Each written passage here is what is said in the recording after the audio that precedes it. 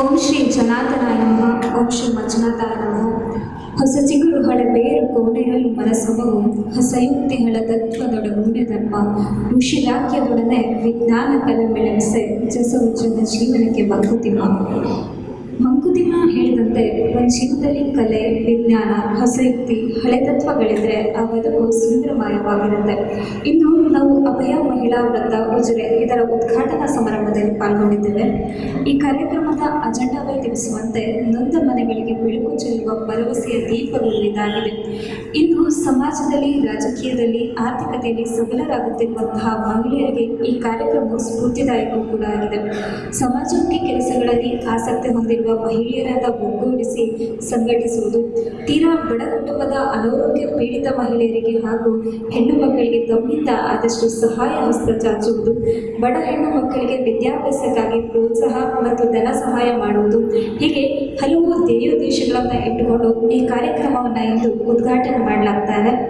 ಇದೀಗ ಪ್ರಾರ್ಥನೆಯ ಮೂಲಕ ನಮಗೆಲ್ಲರಿಗೂ ಕೂಡ ಶುಭ ಕೋರಲು ಬರುತ್ತಿದ್ದಾರೆ ಶ್ರೀಮತಿ ಪುಷ್ಪಲತಾ ಭಾರತಿಯವರು. ಗಜಾನನಯೋತಂ ಗಣೇಶ್ವರಂ ಗಜಾನನಯೋತಂ ಗಣೇಶ್ವರಂ ಶ್ರೀ ಗಜಾನನಯೋತಂ ಗಣೇಶ್ವರಂ ಶ್ರೀ ಭಜಾಮಿ ಸತತಂ ಸುರೇಶ್ವರಂ ಶ್ರೀ ಗಜಾನನಯೋತಂ ಗಣೇಶ್ವರಂ ಅಜೇಂದ್ರ ಪೂಜಿತಂ ವಿಘ್ನೇಶ್ವರಂ ಅಜೇಂದ್ರ ಪೂಜಿತಂ ವಿಘ್ನೇಶ್ವರಂ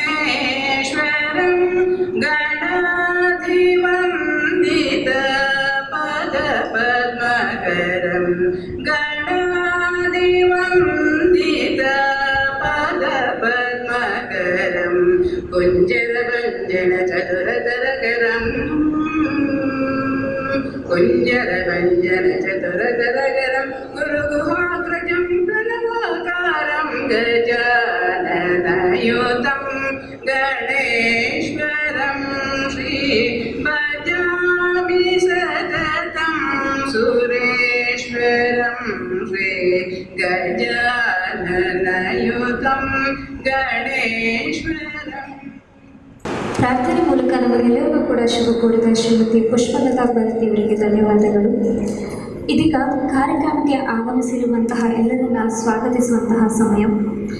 ಸುತ್ತುವ ಗಗವ ಗೂಡಲೆನ ಬೆಳೆಯುವುದು ಗೊತ್ತನೋ ಪಿಡಿದುವುದು ದನವ ಬಯಲಿನಲ್ಲಿ ಸೂತ್ರಕ್ಕೊಕ್ಕದೆಯ ಬದುಕೇನು ಕಿತ್ತ ಗಾಳಿಯ ಪಟವು ಮಂಕುತಿಮ್ಮ ಎನ್ನುವುದರ ಮೂಲಕ ನಮ್ಮ ಜೀವನ ಹರಿದ ಗಾಳಿಪಟವಾಗದಿರಲಿ ಎಂದು ಹಾರೈಸುತ್ತಾ ಇದೀಗ ಈ ಕಾರ್ಯಕ್ರಮಕ್ಕೆ ಆಗಮಿಸಿರುವಂತಹ ಎಲ್ಲರನ್ನ ಸ್ವಾಗತಿಸುವುದು ನಮ್ಮ ಜವಾಬ್ದಾರಿಯಾಗಿದೆ. ಮೊದಲನೇದಾಗಿ ಈ ಕಾರ್ಯಕ್ರಮದ ಉದ್ಘಾಟಕರಾದ ಶ್ರೀಮತಿ ಬೃಂದಾ ಶರತ್ ಕೃಷ್ಣ ಪೆರ್ಗಟ್ನಾಯ ಇವರು ಅನುವಂಶೀಯ ಆಡಳಿತ ಮುಕ್ತೇಸರು, ಶ್ರೀ ಜನಾರ್ದನ ಸ್ವಾಮಿ ದೇವಸ್ಥಾನ ಹಾಗೂ ಶ್ರೀಯುತ ವಿಜಯ ರಾಘವ ಪಡವಟ್ನಾಯ ಅವರ ಸೊಸೆ ಶ್ರೀಯುತ ಶರತ್ ಕೃಷ್ಣ ಅವರ ಧರ್ಮಪತ್ರಿಯಲ್ಲಿರುತ್ತಾರೆ. ಇವರಿಗೆ ನಮ್ಮ ನಿಮ್ಮೆಲ್ಲರ ಪರವಾಗಿ ಹಾಗೂ ಇಲ್ಲಿ ಆಗಮಿಸಿರುವಂತಹ ಎಲ್ಲರ ಪರವಾಗಿ ಸ್ವಾಗತವನ್ನು ಕೋರ್ತಾ ಇದ್ದಾರೆ. ಇವರಿಗೆ ಕಾರ್ಯಕ್ರಮದ ಅಧ್ಯಕ್ಷರಾದ ಶ್ರೀಮತಿ ಶುಭಾರಾಯ್ ಇವರು ಪುಷ್ಪವನ್ನು ನೀಡಿ ಸ್ವಾಗತಿಸಬೇಕಾಗಿ ಕೇಳ್ಕೊಳ್ತಾ ಇದ್ದಾರೆ.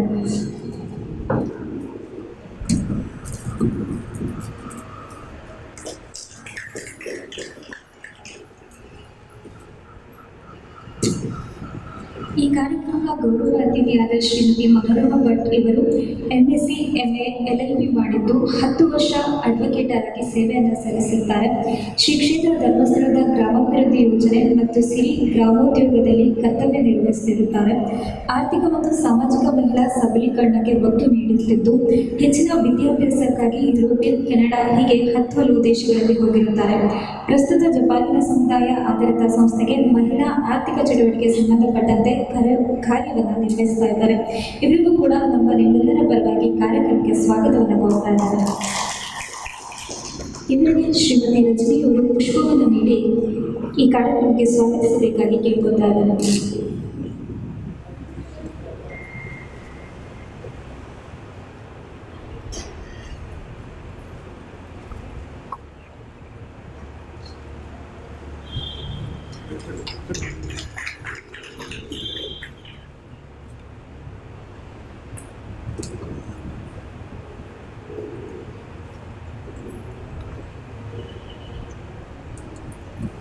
ಶ್ರೀಮತಿ ಶಾಂತಾ ಬಘೇಲ್ ಇವರು ತಾಲೂಕು ಹಾಗೂ ಜಿಲ್ಲಾ ಒಕ್ಕೂಟದಲ್ಲಿ ಕಾರ್ಯದರ್ಶಿಯಾಗಿ ಕಾರ್ಯವನ್ನು ನಿರ್ವಹಿಸ್ತಾ ಇದ್ದು ಪ್ರಸ್ತುತ ತಾಲೂಕು ಮಹಿಳಾ ಒಕ್ಕೂಟದಲ್ಲಿ ಅಧ್ಯಕ್ಷರಾಗಿ ಕಾರ್ಯವನ್ನು ನಿರ್ವಹಿಸ್ತಾ ಇದ್ದಾರೆ.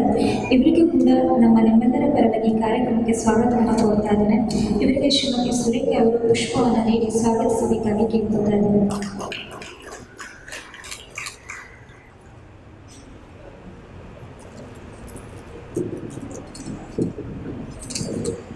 ಪುಷ್ಪವತಿ ಆಶಿಕ್ ನೂತನ ಗ್ರಾಮ ಪಂಚಾಯತ್ ಅಧ್ಯಕ್ಷರು ಉಜಿರೆ ಇವರಿಗೂ ಕೂಡ ಈ ಕಾರ್ಯಕ್ರಮಕ್ಕೆ ಸ್ವಾಗತವನ್ನು ಕೋರ್ತಾ ಇದ್ದಾರೆ.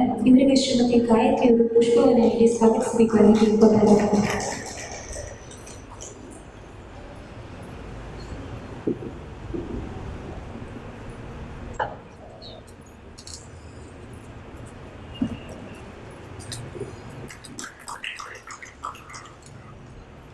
ಶ್ರೀಮತಿ ಲೋಕೇಶ್ವರಿ ವಿನಯಚಂದ್ರ ಇವರು ಮಾಜಿ ಜಿಲ್ಲಾ ಮಹಿಳಾ ಒಕ್ಕೂಟದ ಅಧ್ಯಕ್ಷರು ಹಾಗೂ ತಾಲೂಕು ಮಹಿಳಾ ಅಧ್ಯಕ್ಷರಾಗಿ ಸತತ 6 ಬಾರಿ ಕಾರ್ಯವನ್ನು ನಿರ್ವಹಿಸಿದ್ದಾರೆ. ಇವರಿಗೆ ವಿಶೇಷವಾಗಿ ಮಹಿಳಾ ಪರ ಸಂಘ ಸಂಸ್ಥೆಗಳಲ್ಲಿ ತನ್ನನ್ನು ತಾನು ತೊಡಗಿಸಿಕೊಂಡಿದ್ದು ಹಾಗೂ ಕಡಿದರುತಿ ಅವರ ಗ್ರಾಮದ ಮಹಿಳಾ ಮಂಡಲದ ಸ್ಥಾಪಕ ಅಧ್ಯಕ್ಷರಾಗಿರ್ತಾರೆ. ಇವರಿಗೆ ನಿಮ್ಮೆಲ್ಲರ ಪರವಾಗಿ ಸ್ವಾಗತವನ್ನು ಕೋರ್ತಾ ಇದ್ದಾರೆ. ಶ್ರೀಮತಿ ಗೀತಾ ಅಚ್ಯುತ್ ಇವರು ಪುಷ್ಪವನ್ನು ನೀಡಿ ಸ್ವಾಗತಿಸಬೇಕಾಗಿ ಕೇಳ್ಕೊತಾರೆ.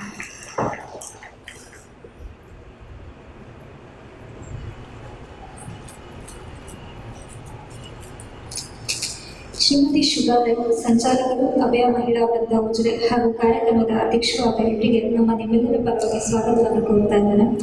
ಇವರಿಗೆ ಶ್ರೀಮತಿ ವನಿತಾ ಶೇಖರ್ ಅವರು ಪುಷ್ಪವನ್ನು ನೀಡಿ ಸ್ವಾಗತಿಸಬೇಕಾಗಿ ಕೇಳ್ಕೊತಾ ಇದ್ದಾರೆ.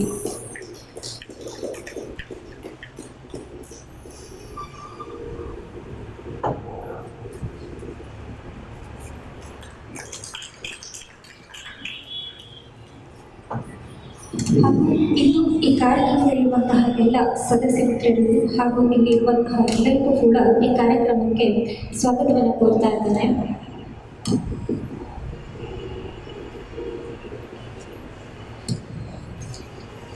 ಇದೀಗ ದೀಪ ಬೆಳಗಿಸುವುದರ ಮೂಲಕ ಹಾಗೂ ಲೋಗೋ ತೆರೆಯುವುದರ ಮೂಲಕ ಈ ಕಾರ್ಯಕ್ರಮಕ್ಕೆ ಉದ್ಘಾಟನೆಯನ್ನು ಕೊಡುವಂತಹ ಸಮಯ ಆಗಿದೆ. ಮಲವನಾಡುವ ಘಟದ ಮಗುವನಾಳ ನಯದೆ ಇಲ್ಲಿ ತಿಳಿದು ಸವಿಯಿಸು ಸವಿಕತೆಗಳಿದೆ ಅದು ಮೀರಿಸದು ಬರೆಯುವುದು ಬಡತನಗಳೆನೆದು ಎದೆದಿತ್ತು ಮನಸ್ಸಿನಿತ್ತು ಮಗದಿಮ ನಮ್ಮ ಮನಸ್ಸು ಮರ್ಕಟದಂತೆ ಆಡದಿರಲಿ ಅಂತ ಹೇಳ್ತಾ ಈಗ ಉದ್ಘಾಟನಾ ಕಾರ್ಯಕ್ರಮವನ್ನು ಪ್ರಾರಂಭಿಸ್ತಾ ಇದ್ದೇವೆ. ಇದೀಗ ಈ ಕಾರ್ಯಕ್ರಮದ ಉದ್ಘಾಟಕರಾದಂತಹ ಶ್ರೀಮತಿ ವೃಂದೇಶ್ವರ ಕೃಷ್ಣ ಪಡುವನಾಯ ಇವರು ಉದ್ಘಾಟಿಸಬೇಕಾಗಿ ಕೇಳ್ಕೊತಾ ಇದ್ದಾರೆ.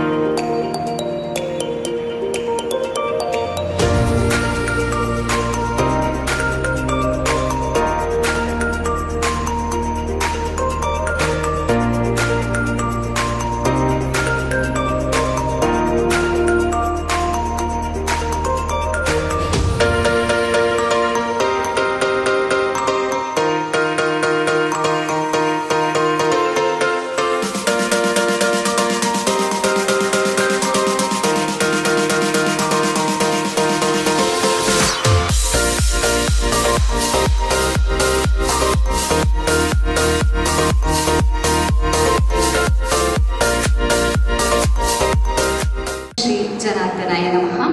ಓಂ ಶ್ರೀ ಮಂಜುನಾಥಾಯ ನಮಃ. ವೇದಿಕೆಯಲ್ಲಿ ಉಪಸ್ಥಿತರಾದಂತಹ ಎಲ್ಲ ಗೌರವಾನ್ವಿತ ಅತಿಥಿಗಳೇ, ಆತ್ಮೀಯ ಗೆಳತಿಯರೇ ಹಾಗೂ ಬಂಧುಗಳೇ, ನೊಂದ ಮನಗಳಿಗೆ ಬೆಳಕು ಚೆಲ್ಲುವ ಭರವಸೆಯ ದೀಪಗಳು ಅನ್ನೋ ಮಹಾನ್ ಉದ್ದೇಶವನ್ನು ಹೊತ್ತುಕೊಂಡಿರುವಂತಹ ಅಭಯ ಮಹಿಳಾ ವೃಂದ ಇದರ ಪುಟ್ಟ ವರದಿಯನ್ನು ನಿಮ್ಮ ಮುಂದೆ ಓದಲು ನಾನು ಹೆಮ್ಮೆ ಪಡ್ತಾ ಇದ್ದೀನಿ. ಯತ್ರ ನಾರ್ಯಸ್ತು ಪೂಜಂತೆ ರಮಂತೆ ತತ್ರ ದೇವತಃ ಯತ್ರೇ ತಾಸ್ತುನ ಪೂಜಂತೆ ಸರ್ವಾಸ್ತತ್ರ ಫಲಃ ಕ್ರಿಯಃ. ಎಂಬ ನುಡಿಯಂತೆ ಎಲ್ಲಿ ಎಲ್ಲಿ ಸ್ತ್ರೀಯರು ಗೌರವಿಸಲ್ಪಡುತ್ತಾರೋ ಅಲ್ಲಿ ದೇವತೆಗಳು ಸಂತುಷ್ಟರಾಗುತ್ತಾರೆ. ಎಲ್ಲಿ ಸ್ತ್ರೀಯರನ್ನ ಅವಮಾನಿಸಲಾಗುತ್ತದೆಯೋ ಅಲ್ಲಿ ಮಾಡಿದ ಕಾರ್ಯಗಳು ವಿಫಲವಾಗುತ್ತವೆ. ಇದು ನಮ್ಮ ದೇಶದಲ್ಲಿ ಸಾಮಾನ್ಯವಾಗಿ ಎಲ್ಲರಿಗೂ ತಿಳಿದಿರುವಂತಹ ವಿಚಾರ. ಇಂತಹ ಅದ್ಭುತ ಶಕ್ತಿಯನ್ನ ಈ ಒಂದು ಅಭಯ ತಂಡ ಹೊಂದಿದೆ. ಈ ಅಭಯ ಅನ್ನುವ ಪರಿಕಲ್ಪನೆ ಆರಂಭವಾದದ್ದು ಹೇಗೆ? ವಾಟ್ಸಪ್ ಮೂಲಕ ಆಸಕ್ತ ಮಹಿಳೆಯರನ್ನ ಒಗ್ಗೂಡಿಸಿ ಸಮಾಜದಲ್ಲಿ ಕಷ್ಟ ಜೀವಿಗಳಿಗೆ, ನೊಂದ ಮನಗಳಿಗೆ ಧೈರ್ಯ ತುಂಬಿ ನಮ್ಮ ಕೈಲಾಗುವ ಸೇವೆಯನ್ನ ಮಾಡುವ ನಿಟ್ಟಿನಲ್ಲಿ ಇವತ್ತು ನಾವೆಲ್ಲರೂ ಒಂದೇ ಕುಟುಂಬದಂತೆ ಇಲ್ಲಿ ಸೇರಿದ್ದೇವೆ. ನಮ್ಮ ಮೊದಲ ಮುಖಾಮುಖಿ ಭೇಟಿ ದಿನಾಂಕ 17/1/2021 ಭಾನುವಾರದಂದು ಆರಂಭಿಸಲಾಯಿತು. ಈ ದಿನ ನಡೆದ ಸಭೆಯಲ್ಲಿ ನಾವು ಯಾತಕ್ಕಾಗಿ ಸೇರಿದ್ದೇವೆ, ನಮ್ಮ ಧ್ಯೇಯ, ನಮ್ಮ ಗುರಿಯತ್ತ ಮಾತ್ರ ಗಮನ ಇರಬೇಕು. ಸಂಘದ ಉದ್ದೇಶವನ್ನ ಸೂಕ್ಷ್ಮವಾಗಿ ಶ್ರೀಮತಿ ಶುಭಾರೈ ಇವರು ತಿಳಿಸಿಕೊಟ್ಟರು. ಮುಂದೆ ಆಗಬೇಕಾದಂತಹ ವ್ಯವಸ್ಥೆಗಳ ಬಗ್ಗೆ ಚರ್ಚಿಸಲಾಯಿತು. ಬ್ಯಾಂಕ್ ಖಾತೆ ತೆರೆಯುವಿಕೆ ಬಗ್ಗೆ ಚರ್ಚೆ ಮಾಡಲಾಯಿತು. ಆದರೆ ಕಾನೂನಿನ ತೊಡಕುಗಳು ಇರುವುದರಿಂದ ರಿಜಿಸ್ಟರ್ ಆಗದೇ ಇರುವ ಕಾರಣ ಬ್ಯಾಂಕ್ ಖಾತೆ ತೆರೆಯಲು ಅನಾನುಕೂಲವಾಗಿದೆ ಎಂದು ತಿಳಿಸಲಾಯಿತು. ಕಿರುಕುತ್ತಿಗೆ ರಶೀದಿ ಪುಸ್ತಕ, ಖರ್ಚು ವೆಚ್ಚ ಪುಸ್ತಕ, ದೇವೋದ್ದೇಶಗಳು, ನಮ್ಮ ಗ್ರಾಮದ ಮಹಿಳೆಯರಿಗೆ ನಮ್ಮ ಅಭಯ ದೇವೋದ್ದೇಶಗಳನ್ನು ತಿಳಿಸಿ ಆಸಕ್ತ ಮಹಿಳೆಯರನ್ನ ಸೇರಿಸುವುದು, ಖಾತೆ ತೆರೆದ ಅನಂತರ ಅವರವರ ಅನುಕೂಲಕ್ಕೆ ತಕ್ಕಂತೆ ಜಮಾ ಮಾಡುವುದು, ಸಭೆಯ ವಿವಿಧ ಪುಸ್ತಕ, ಹಣಕಾಸಿನ ವ್ಯವಹಾರದ ಪುಸ್ತಕ ಹಾಗೂ ಸಹಿ ಈ ಎಲ್ಲ ವಿಚಾರಗಳ ಕುರಿತು ಮಾತನಾಡಲಾಯಿತು. ದಿನಾಂಕ 24/1/2021 ಭಾನುವಾರ 2ನೇ ಸಭೆಗೆ ಸೇರಿದ್ದೆವು. ಉದ್ಘಾಟನೆಯ ಸಭೆ ನಿಗದಿ ಮಾಡುವ ಸಲುವಾಗಿ ಉದ್ಘಾಟನೆಯ ಅಜೆಂಡಾವನ್ನು ತಯಾರಿಸಲಾಯಿತು. ದಿನಾಂಕ 5/2/2021 ಶುಕ್ರವಾರ ಬೆಳಿಗ್ಗೆ 11 ಗಂಟೆಗೆ ಗೌರವ ಅತಿಥಿಯಾಗಿ ಆಮಂತ್ರಿಸಲು ಶ್ರೀಮತಿ ಮನೋರಮಾ ಭಟ್ರವರ ಮನೆಗೆ ಭೇಟಿ ನೀಡಿದ್ದೆವು.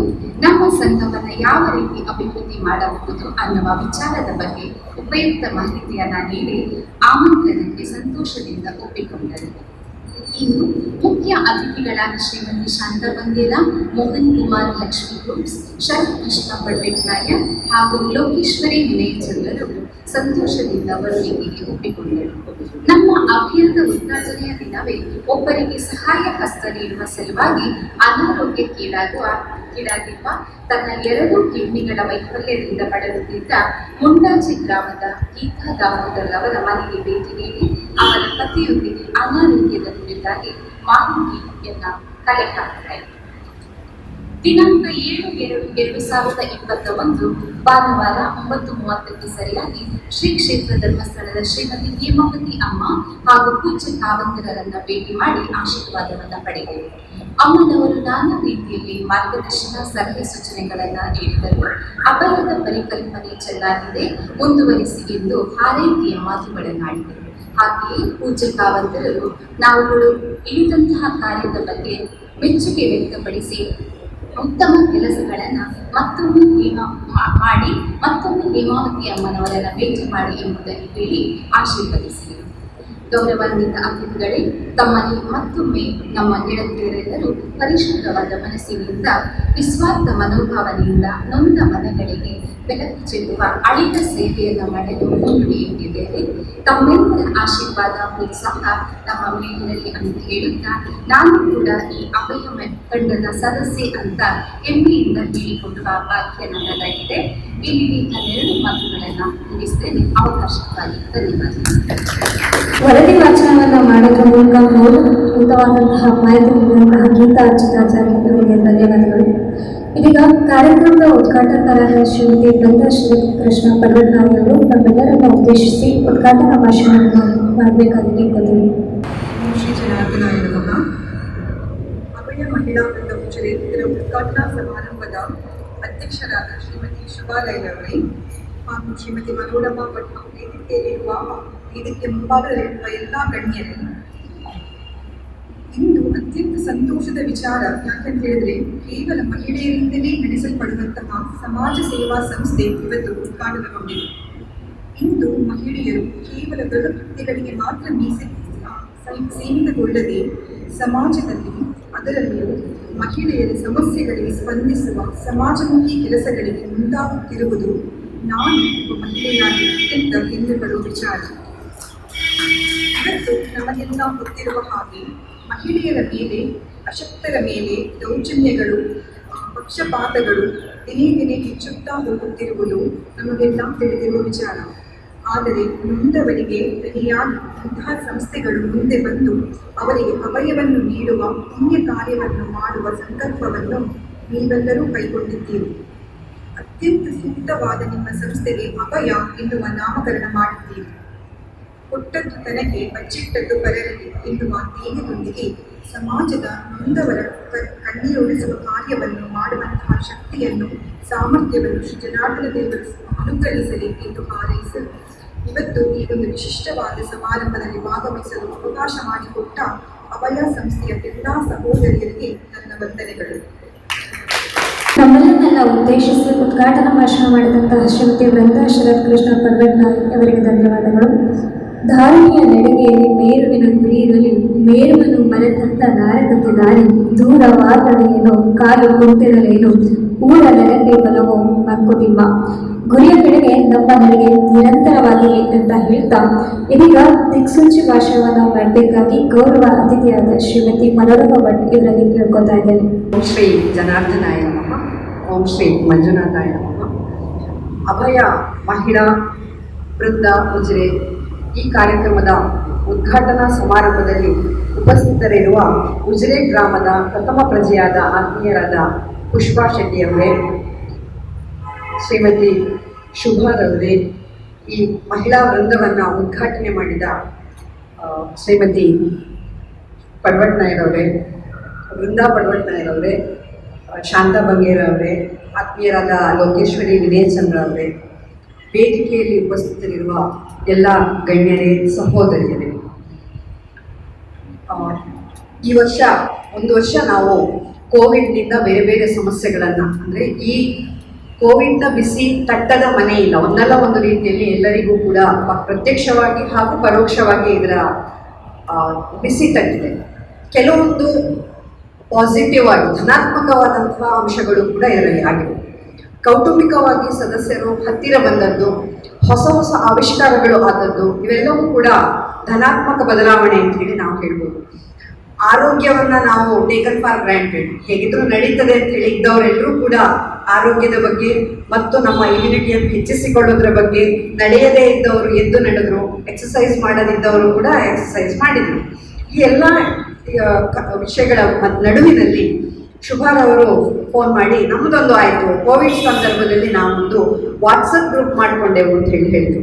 ವಾಟ್ಸಪ್ನಲ್ಲಿ ಇವತ್ತು ಸಾಮಾಜಿಕ ಜಾಲತಾಣಗಳಲ್ಲಿ ಏನಾಗ್ತಾ ಇದೆ ಅಂತ ಹೇಳಿ ನಾವೆಲ್ಲರೂ ಗೊತ್ತು, ಯಾವುದನ್ನು ಬೇಕಾದರೂ ನಾವು ಹಾಕ್ಬೋದು, ಬಂದದ್ದೆಲ್ಲವೂ ಸತ್ಯ, ಅದನ್ನು ನಾನು ನೋಡಿದ್ನೋ ಬಿಟ್ನೋ ಇನ್ನೊಬ್ಬರಿಗೆ ಫಾರ್ವರ್ಡ್ ಮಾಡಿ ನನ್ನ ಜವಾಬ್ದಾರಿ ಮುಗಿಯಿತು ಅಂತ ಹೇಳಿರುವವರ ಎಡೆಯಲ್ಲಿ ಇಂಥೊಂದು ಸಾಮಾಜಿಕ ಕಳಕಳಿಗಾಗಿ, ಅದರಲ್ಲೂ ನಮ್ಮ ಹಾಗೆ ಇದ್ದ ಮಹಿಳೆಯರ ಬಗ್ಗೆ ಕಳಕಳಿ ಇಟ್ಟು ಈ ರೀತಿಯ ಒಂದು ವಾಟ್ಸಪ್ ಗ್ರೂಪನ್ನು ಮಾಡಿದ ಶುಭ ಮತ್ತು ಅವರ ಬಳಗದವರನ್ನು ನಾನು ಅಭಿನಂದಿಸ್ತೇನೆ. ಅದೇ ಮುಂದುವರೆದು ಇವತ್ತು ರಿಯಲ್ ಆಗಿ ವರ್ಚುವಲ್ಲಿಂದ ರಿಯಲಿಗಾಗಿ ಬಂದು ಒಂದು ಮಹಿಳಾ ವೃಂದವನ್ನು ಮಾಡಬೇಕು ಅಂತ ಹೇಳಿ ಅವರು ಹೊರಟದ್ದು ನಿಜವಾಗಿಯೂ ಅಭಿನಂದನಾ ಅರ್ಹರು. ಅವರು ಇವತ್ತು ಉದ್ಘಾಟನೆಗೊಂಡಿದೆ, ಅದಕ್ಕೆ ನಾನು ಎಲ್ಲ ರೀತಿಯ ಶುಭವನ್ನು ಹಾರೈಸ್ತೇನೆ.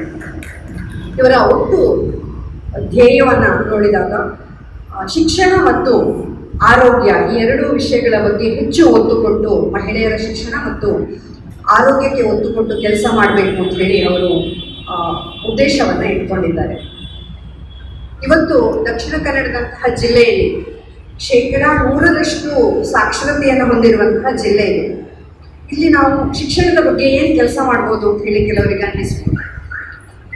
ಉತ್ಸಾಹ ಒಂದೇ ಇದ್ದರೆ ಸಾಕಾಗೋದಿಲ್ಲ, ಅದರ ಬಗ್ಗೆ ಆಲೋಚನೆಗಳನ್ನು ಮಾಡಿದಾಗ ಅವರು ಈಗಾಗಲೇ ಹೇಳಿದಾಗೆ ಹೆಣ್ಣು ಮಕ್ಕಳ ಶಿಕ್ಷಣದ ಬಗ್ಗೆ ನಾವು ಹೆಚ್ಚು ಪ್ರೋತ್ಸಾಹವನ್ನು ಕೊಡ್ತೇವೆ ಅಂತ ಹೇಳಿ ಇವತ್ತು ದಕ್ಷಿಣ ಕನ್ನಡ ಜಿಲ್ಲೆಯಲ್ಲಿ ನಾವು ಹೆಣ್ಣು ಮಕ್ಕಳ ಶಿಕ್ಷಣವನ್ನು ಮಾತ್ರ ಗಮನಿಸಿದರೆ, ಶಿಕ್ಷಣ ಅಂತ ಹೇಳಿದರೆ ಏನು, ಸಾಕ್ಷರತೆ ಅಂತ ಹೇಳಿದಾಗ ನಾವೆಲ್ಲರೂ ಕೂಡ ಸಾಕ್ಷರರಾಗಿದ್ದೇವೆ. ಎಲ್ಲರಿಗೂ ಕೂಡ ಓದು ಬರಹ, ದಿನಪತ್ರಿಕೆಯನ್ನು ಓದುದ ಅಥವಾ ಇವತ್ತು ವಾಟ್ಸಪ್ ಮೆಸೇಜ್ಗಳನ್ನು ಓದಲಿಕ್ಕೆ ಖಂಡಿತವಾಗಿಯೂ ಬರ್ತದೆ.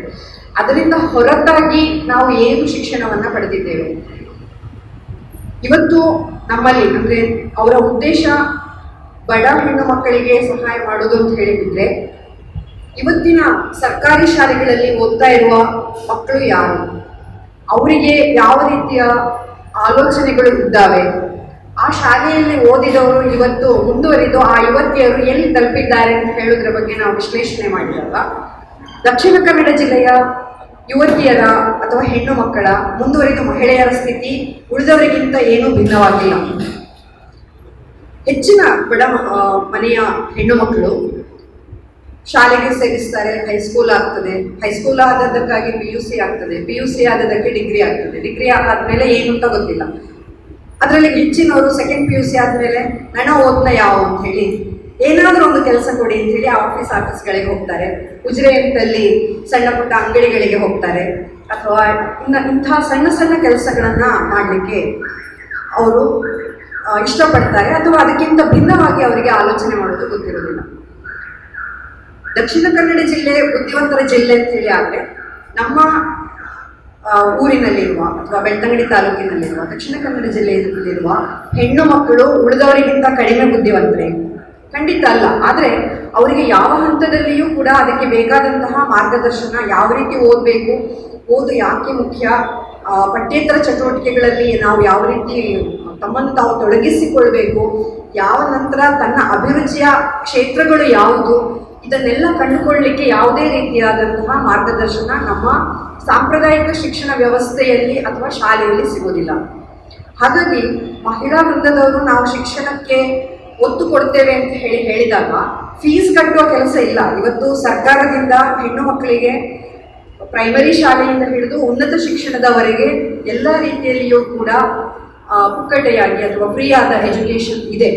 ಇವತ್ತು ಮಕ್ಕಳ ಶಿಕ್ಷಣ ಹಕ್ಕು ಅನ್ನುವ ಕಾರಣದಿಂದ ಶಾಲೆಗೆ ಹೋಗುವ ಮಕ್ಕಳ ವಯಸ್ಸಿನಂದ್ರೆ 14 ವಯಸ್ಸಿನ ಮಕ್ಕಳು, 6ರಿಂದ 14 ವಯಸ್ಸಿನ ಒಳಗೆ ಇರುವ ಮಕ್ಕಳು ಕಡ್ಡಾಯವಾಗಿ ಶಾಲೆಯಲ್ಲಿ ಇರಬೇಕು, ಶಿಕ್ಷಣ ಅವರ ಹಕ್ಕು ಅಂತ ಹೇಳಿ ಮಾಡಲಾಗಿದೆ. ಅದರಿಂದ ಈ ರೀತಿಯ ಸಾಂಪ್ರದಾಯಿಕ ಶಿಕ್ಷಣಕ್ಕೆ ನಾವು ಎಷ್ಟು ಒತ್ತು ಕೊಡ್ತೇವೆ, ಆ ಶಾಲೆಗೆ ಕಳಿಸೋದಕ್ಕೆ ಅಥವಾ ಫೀಸ್ ಕೊಡೋದಕ್ಕೆ ನಾವು ನಮ್ಮ ಸಮಯವನ್ನು ಹಣವನ್ನು ವ್ಯರ್ಥ ಮಾಡೋದಕ್ಕಿಂತ ಹೆಚ್ಚಾಗಿ ಯಾವ ರೀತಿಯ ಶಿಕ್ಷಣ ನಾವು ಪಡಿಬೇಕು, ಆ ಮಕ್ಕಳಿಗೆ ಯಾವ ರೀತಿಯ ಮಾರ್ಗದರ್ಶನವನ್ನು ಕೊಡಬೇಕು ಅಂತ ಹೇಳೋದ್ರ ಬಗ್ಗೆ ನಾವೆಲ್ಲರೂ ಕೂಡ ಹೆಚ್ಚು ಒತ್ತನ್ನು ಕೊಟ್ಟು ಕೆಲಸ ಮಾಡ್ಬೋದು ಅಂತ ಹೇಳಿ ನಾನು ಅಂದ್ಕೊಳ್ತೇನೆ. ಯಾಕಂತ ಹೇಳಿದ್ರೆ ಕೋವಿಡ್ನಿಂದಾಗಿ ಸಾಮಾನ್ಯವಾಗಿ ಒಂದು 9 ತಿಂಗಳು ಮಕ್ಕಳಿಗೆ ಶಾಲೆಗೆ ಹೋಗಲಿಲ್ಲ. ಆದರೆ ಆ ಶಾಲಾ ವಯಸ್ಸಿನ ಮಕ್ಕಳು ಆ ಅವಧಿಯಲ್ಲಿ ಏನು ಮಾಡಿದ್ದಾರೆ, ಶಿಕ್ಷಿತ, ಸುಶಿಕ್ಷಿತ ಅಥವಾ ಮಧ್ಯಮ ವರ್ಗ, ಮಧ್ಯಮ ವರ್ಗದ ಮಕ್ಕಳಿಗೆ ಅವರ ಮನೆಯವರು ಹೇಳ್ಕೊಟ್ಟಿರ್ಬೋದು ಅಥವಾ ಏನು ಗೈಡೆನ್ಸ್ ಇದ್ದಿರ್ಬೋದು. ಆದರೆ ನಾನು ಕಂಡುಕೊಂಡ ಹಾಗೆ ಹೆಚ್ಚಿನ ಬಡ ಮನೆಯ ಮಕ್ಕಳು, ಚಿಕ್ಕ ಮಕ್ಕಳಂತೂ ಅವರು ಅಕ್ಷರವನ್ನೇ ಮರ್ತಿದ್ದಾರೆ. ಅವರಿಗೆ ಆಟ, ಆಮೇಲೆ ಆನ್ಲೈನ್ ಶಿಕ್ಷಣದ ಹೆಸರಿನಲ್ಲಿ ಎಲ್ಲರಿಗೂ ಕೂಡ ಒಂದು ಆಂಡ್ರಾಯ್ಡ್ ಫೋನಿನ ಹಕ್ಕಿನಿಂದ ನೋಡುವಂತಹ ಒಂದು ವ್ಯವಸ್ಥೆ ಬಂದದ್ರಿಂದಾಗಿ ಈ ಅವಧಿಯನ್ನ ಮಕ್ಕಳು ಖಂಡಿತವಾಗಿಯೂ ಸರಿಯಾಗಿ ಬಳಸಿಕೊಳ್ಳದವರ ಸಂಖ್ಯೆಯೇ ಜಾಸ್ತಿ ಇದೆ ಅಂತ ಹೇಳಿ ನಾನು ಭಾವಿಸ್ತೇನೆ. ಅಥವಾ ಮಕ್ಕಳು ತೀರಾ ಬಡತನದಲ್ಲಿದ್ದವರು ಅವರನ್ನ ಕೆಲಸಕ್ಕೆ ಕಳಿಸಿದ್ದನ್ನು ಕೂಡ ನಾವು ಕಾಣ್ತೇವೆ. ಈ ಎಲ್ಲ ದೃಷ್ಟಿಯಿಂದ ನಾವು ಸಣ್ಣ ವಯಸ್ಸಿನ ಮಕ್ಕಳಿಂದಲೇ ಅವರ ಜೊತೆ ಶಾಲೆ ಹೇಗಿರಬೇಕು, ಆ ಮಗು ಯಾವ ರೀತಿ ಚಟುವಟಿಕೆಯಲ್ಲಿ ತೊಡಗಿಕೊಳ್ಬೇಕು, ಎಂತಹ ಶಿಕ್ಷಣವನ್ನು ಅಥವಾ ಪಠ್ಯೇತರ ಚಟುವಟಿಕೆಗಳಲ್ಲಿ ತೊಡಗಿಸಿಕೊಳ್ಬೋದು, ಅವರಿಗೆ ಯಾವ ರೀತಿಯ ಸಾಫ್ಟ್ ಸ್ಕಿಲ್ಲನ್ನು ನಾವು ಕೊಡ್ಬೋದು, ಈ ಬಗ್ಗೆ ಒತ್ತು ಕೊಟ್ಟು ಕೆಲಸ ಮಾಡಿದರೆ ಖಂಡಿತವಾಗಿಯೂ ನಮ್ಮ ಹೆಣ್ಣು ಮಕ್ಕಳು ಕೂಡ ಮುಂದೆ ಬರಲಿಕ್ಕೆ ಸಾಧ್ಯ ಆಗ್ತದೆ. ಯಾಕಂತ ಹೇಳಿದ್ರೆ ಭಾರತ ಬಹಳಷ್ಟು ಕ್ಲಿಷ್ಟಕರವಾದ ವ್ಯವಸ್ಥೆ ಇರುವಂತಹ ಸಂಕೀರ್ಣ ಸಮಾಜವನ್ನು ಹೊಂದಿದೆ. ಒಂದು ಕಡೆಯಿಂದ ಉಜಿರೆಯಂತಹ ಹಳ್ಳಿಯಲ್ಲಿ ಅಥವಾ ಇದಕ್ಕಿಂತಲೂ ಕುಗ್ರಾಮಗಳಲ್ಲಿ ಗೌರ್ಮೆಂಟ್ ಶಾಲೆಗಳಲ್ಲಿ ಓದ್ತಾ ಇರುವಂತಹ ಮಕ್ಕಳಿದ್ರೆ, ಇನ್ನೊಂದು ಕಡೆ ಇಡೀ ಪ್ರಪಂಚದ ಅತ್ಯಂತ ಒಳ್ಳೆಯ ವ್ಯವಸ್ಥೆಯನ್ನ ಹೊಂದಬಹುದಾದಂತಹ ಅವಕಾಶಗಳಿರುವಂತಹ ಶ್ರೀಮಂತರ ಮಕ್ಕಳು ಇದ್ದಾರೆ. ಆ ಇಬ್ಬರು ಮಕ್ಕಳಿಗೂ ಕೂಡ ಲೆವೆಲ್ ಪ್ಲೇಯಿಂಗ್ ಗ್ರೌಂಡ್ ಅಥವಾ ಅವರನ್ನು ಸಮಾನವಾದ ಅವಕಾಶಗಳು ಖಂಡಿತವಾಗಿಯೂ ಇಲ್ಲ. ಅವರಿಗೆ ಕಾಂಪಿಟಿಷನ್ ಇದೆ, ಅವರು ಸಮಾನವಾಗಿ ಅವರು ಪೈಪೋಟಿಯನ್ನು ಮಾಡಬೇಕಾಗ್ತದೆ. ಸರ್ಕಾರಿ ವ್ಯವಸ್ಥೆಯಲ್ಲಿ ಇರುವ ಅಲ್ಪ ಸ್ವಲ್ಪ ರಿಸರ್ವೇಷನ್ಗಳು ಎಲ್ಲಿಯೂ ಸಾಕಾಗೋದಿಲ್ಲ. ಹಾಗಿರುವಾಗ ಅವರು ಆ ಮುಂದುವರಿದು ಆ ಮಕ್ಕಳ ಜೊತೆ ಕಾಂಪೀಟ್ ಮಾಡಬೇಕು ಅಂತ ಹೇಳಿ ಆದರೆ ಕೇವಲ ಶಾಲಾ ವ್ಯವಸ್ಥೆ ಸಾಧ್ಯ ಇಲ್ಲ. ಇಂತಹ ಒಂದೇ ಮನಸ್ಸಿನವರು ಆ ಮಕ್ಕಳ ಜೊತೆ ಕೆಲಸ ಮಾಡಿದರೆ ಖಂಡಿತವಾಗಿಯೂ ಅವರಿಗೂ ಒಂದು ಉತ್ತಮ ಭವಿಷ್ಯವನ್ನು ನಾವು ಕಲ್ಪಿಸಿಕೊಡ್ಲಿಕ್ಕೆ ಸಾಧ್ಯ ಆಗ್ತದೆ. ಈ ನಿಟ್ಟಿನಲ್ಲಿ ನಾವು ಕೆಲಸ ಮಾಡ್ಬೋದು. ಅದರ ಜೊತೆಗೆ ಸಾಮಾನ್ಯವಾಗಿ ಎಲ್ಲ ಕಡೆಗಳಲ್ಲಿಯೂ ಕೂಡ SDMCಗಳಿದ್ದಾವೆ. ಹೆತ್ತವರ ಒಂದು ಅಸೋಸಿಯೇಷನ್ ಅಥವಾ ಇರುತ್ತೆ, ಅದನ್ನು ಅವರು ಟೀಚರ್ಸ್ ಜೊತೆ ಮಾತಾಡಬೇಕು ಅಂತ ಹೇಳಿ. ಆದರೆ ಒಂದು ಮಗುವಿನ ಹೆಣ್ಣು ಮಗು ಇರ್ಬೋದು ಅಥವಾ ಒಂದು ಮಗುವನ್ನು ತೀರಾ ಹತ್ತಿರದಿಂದ ನೋಡುವವಳು ತಾಯಿ.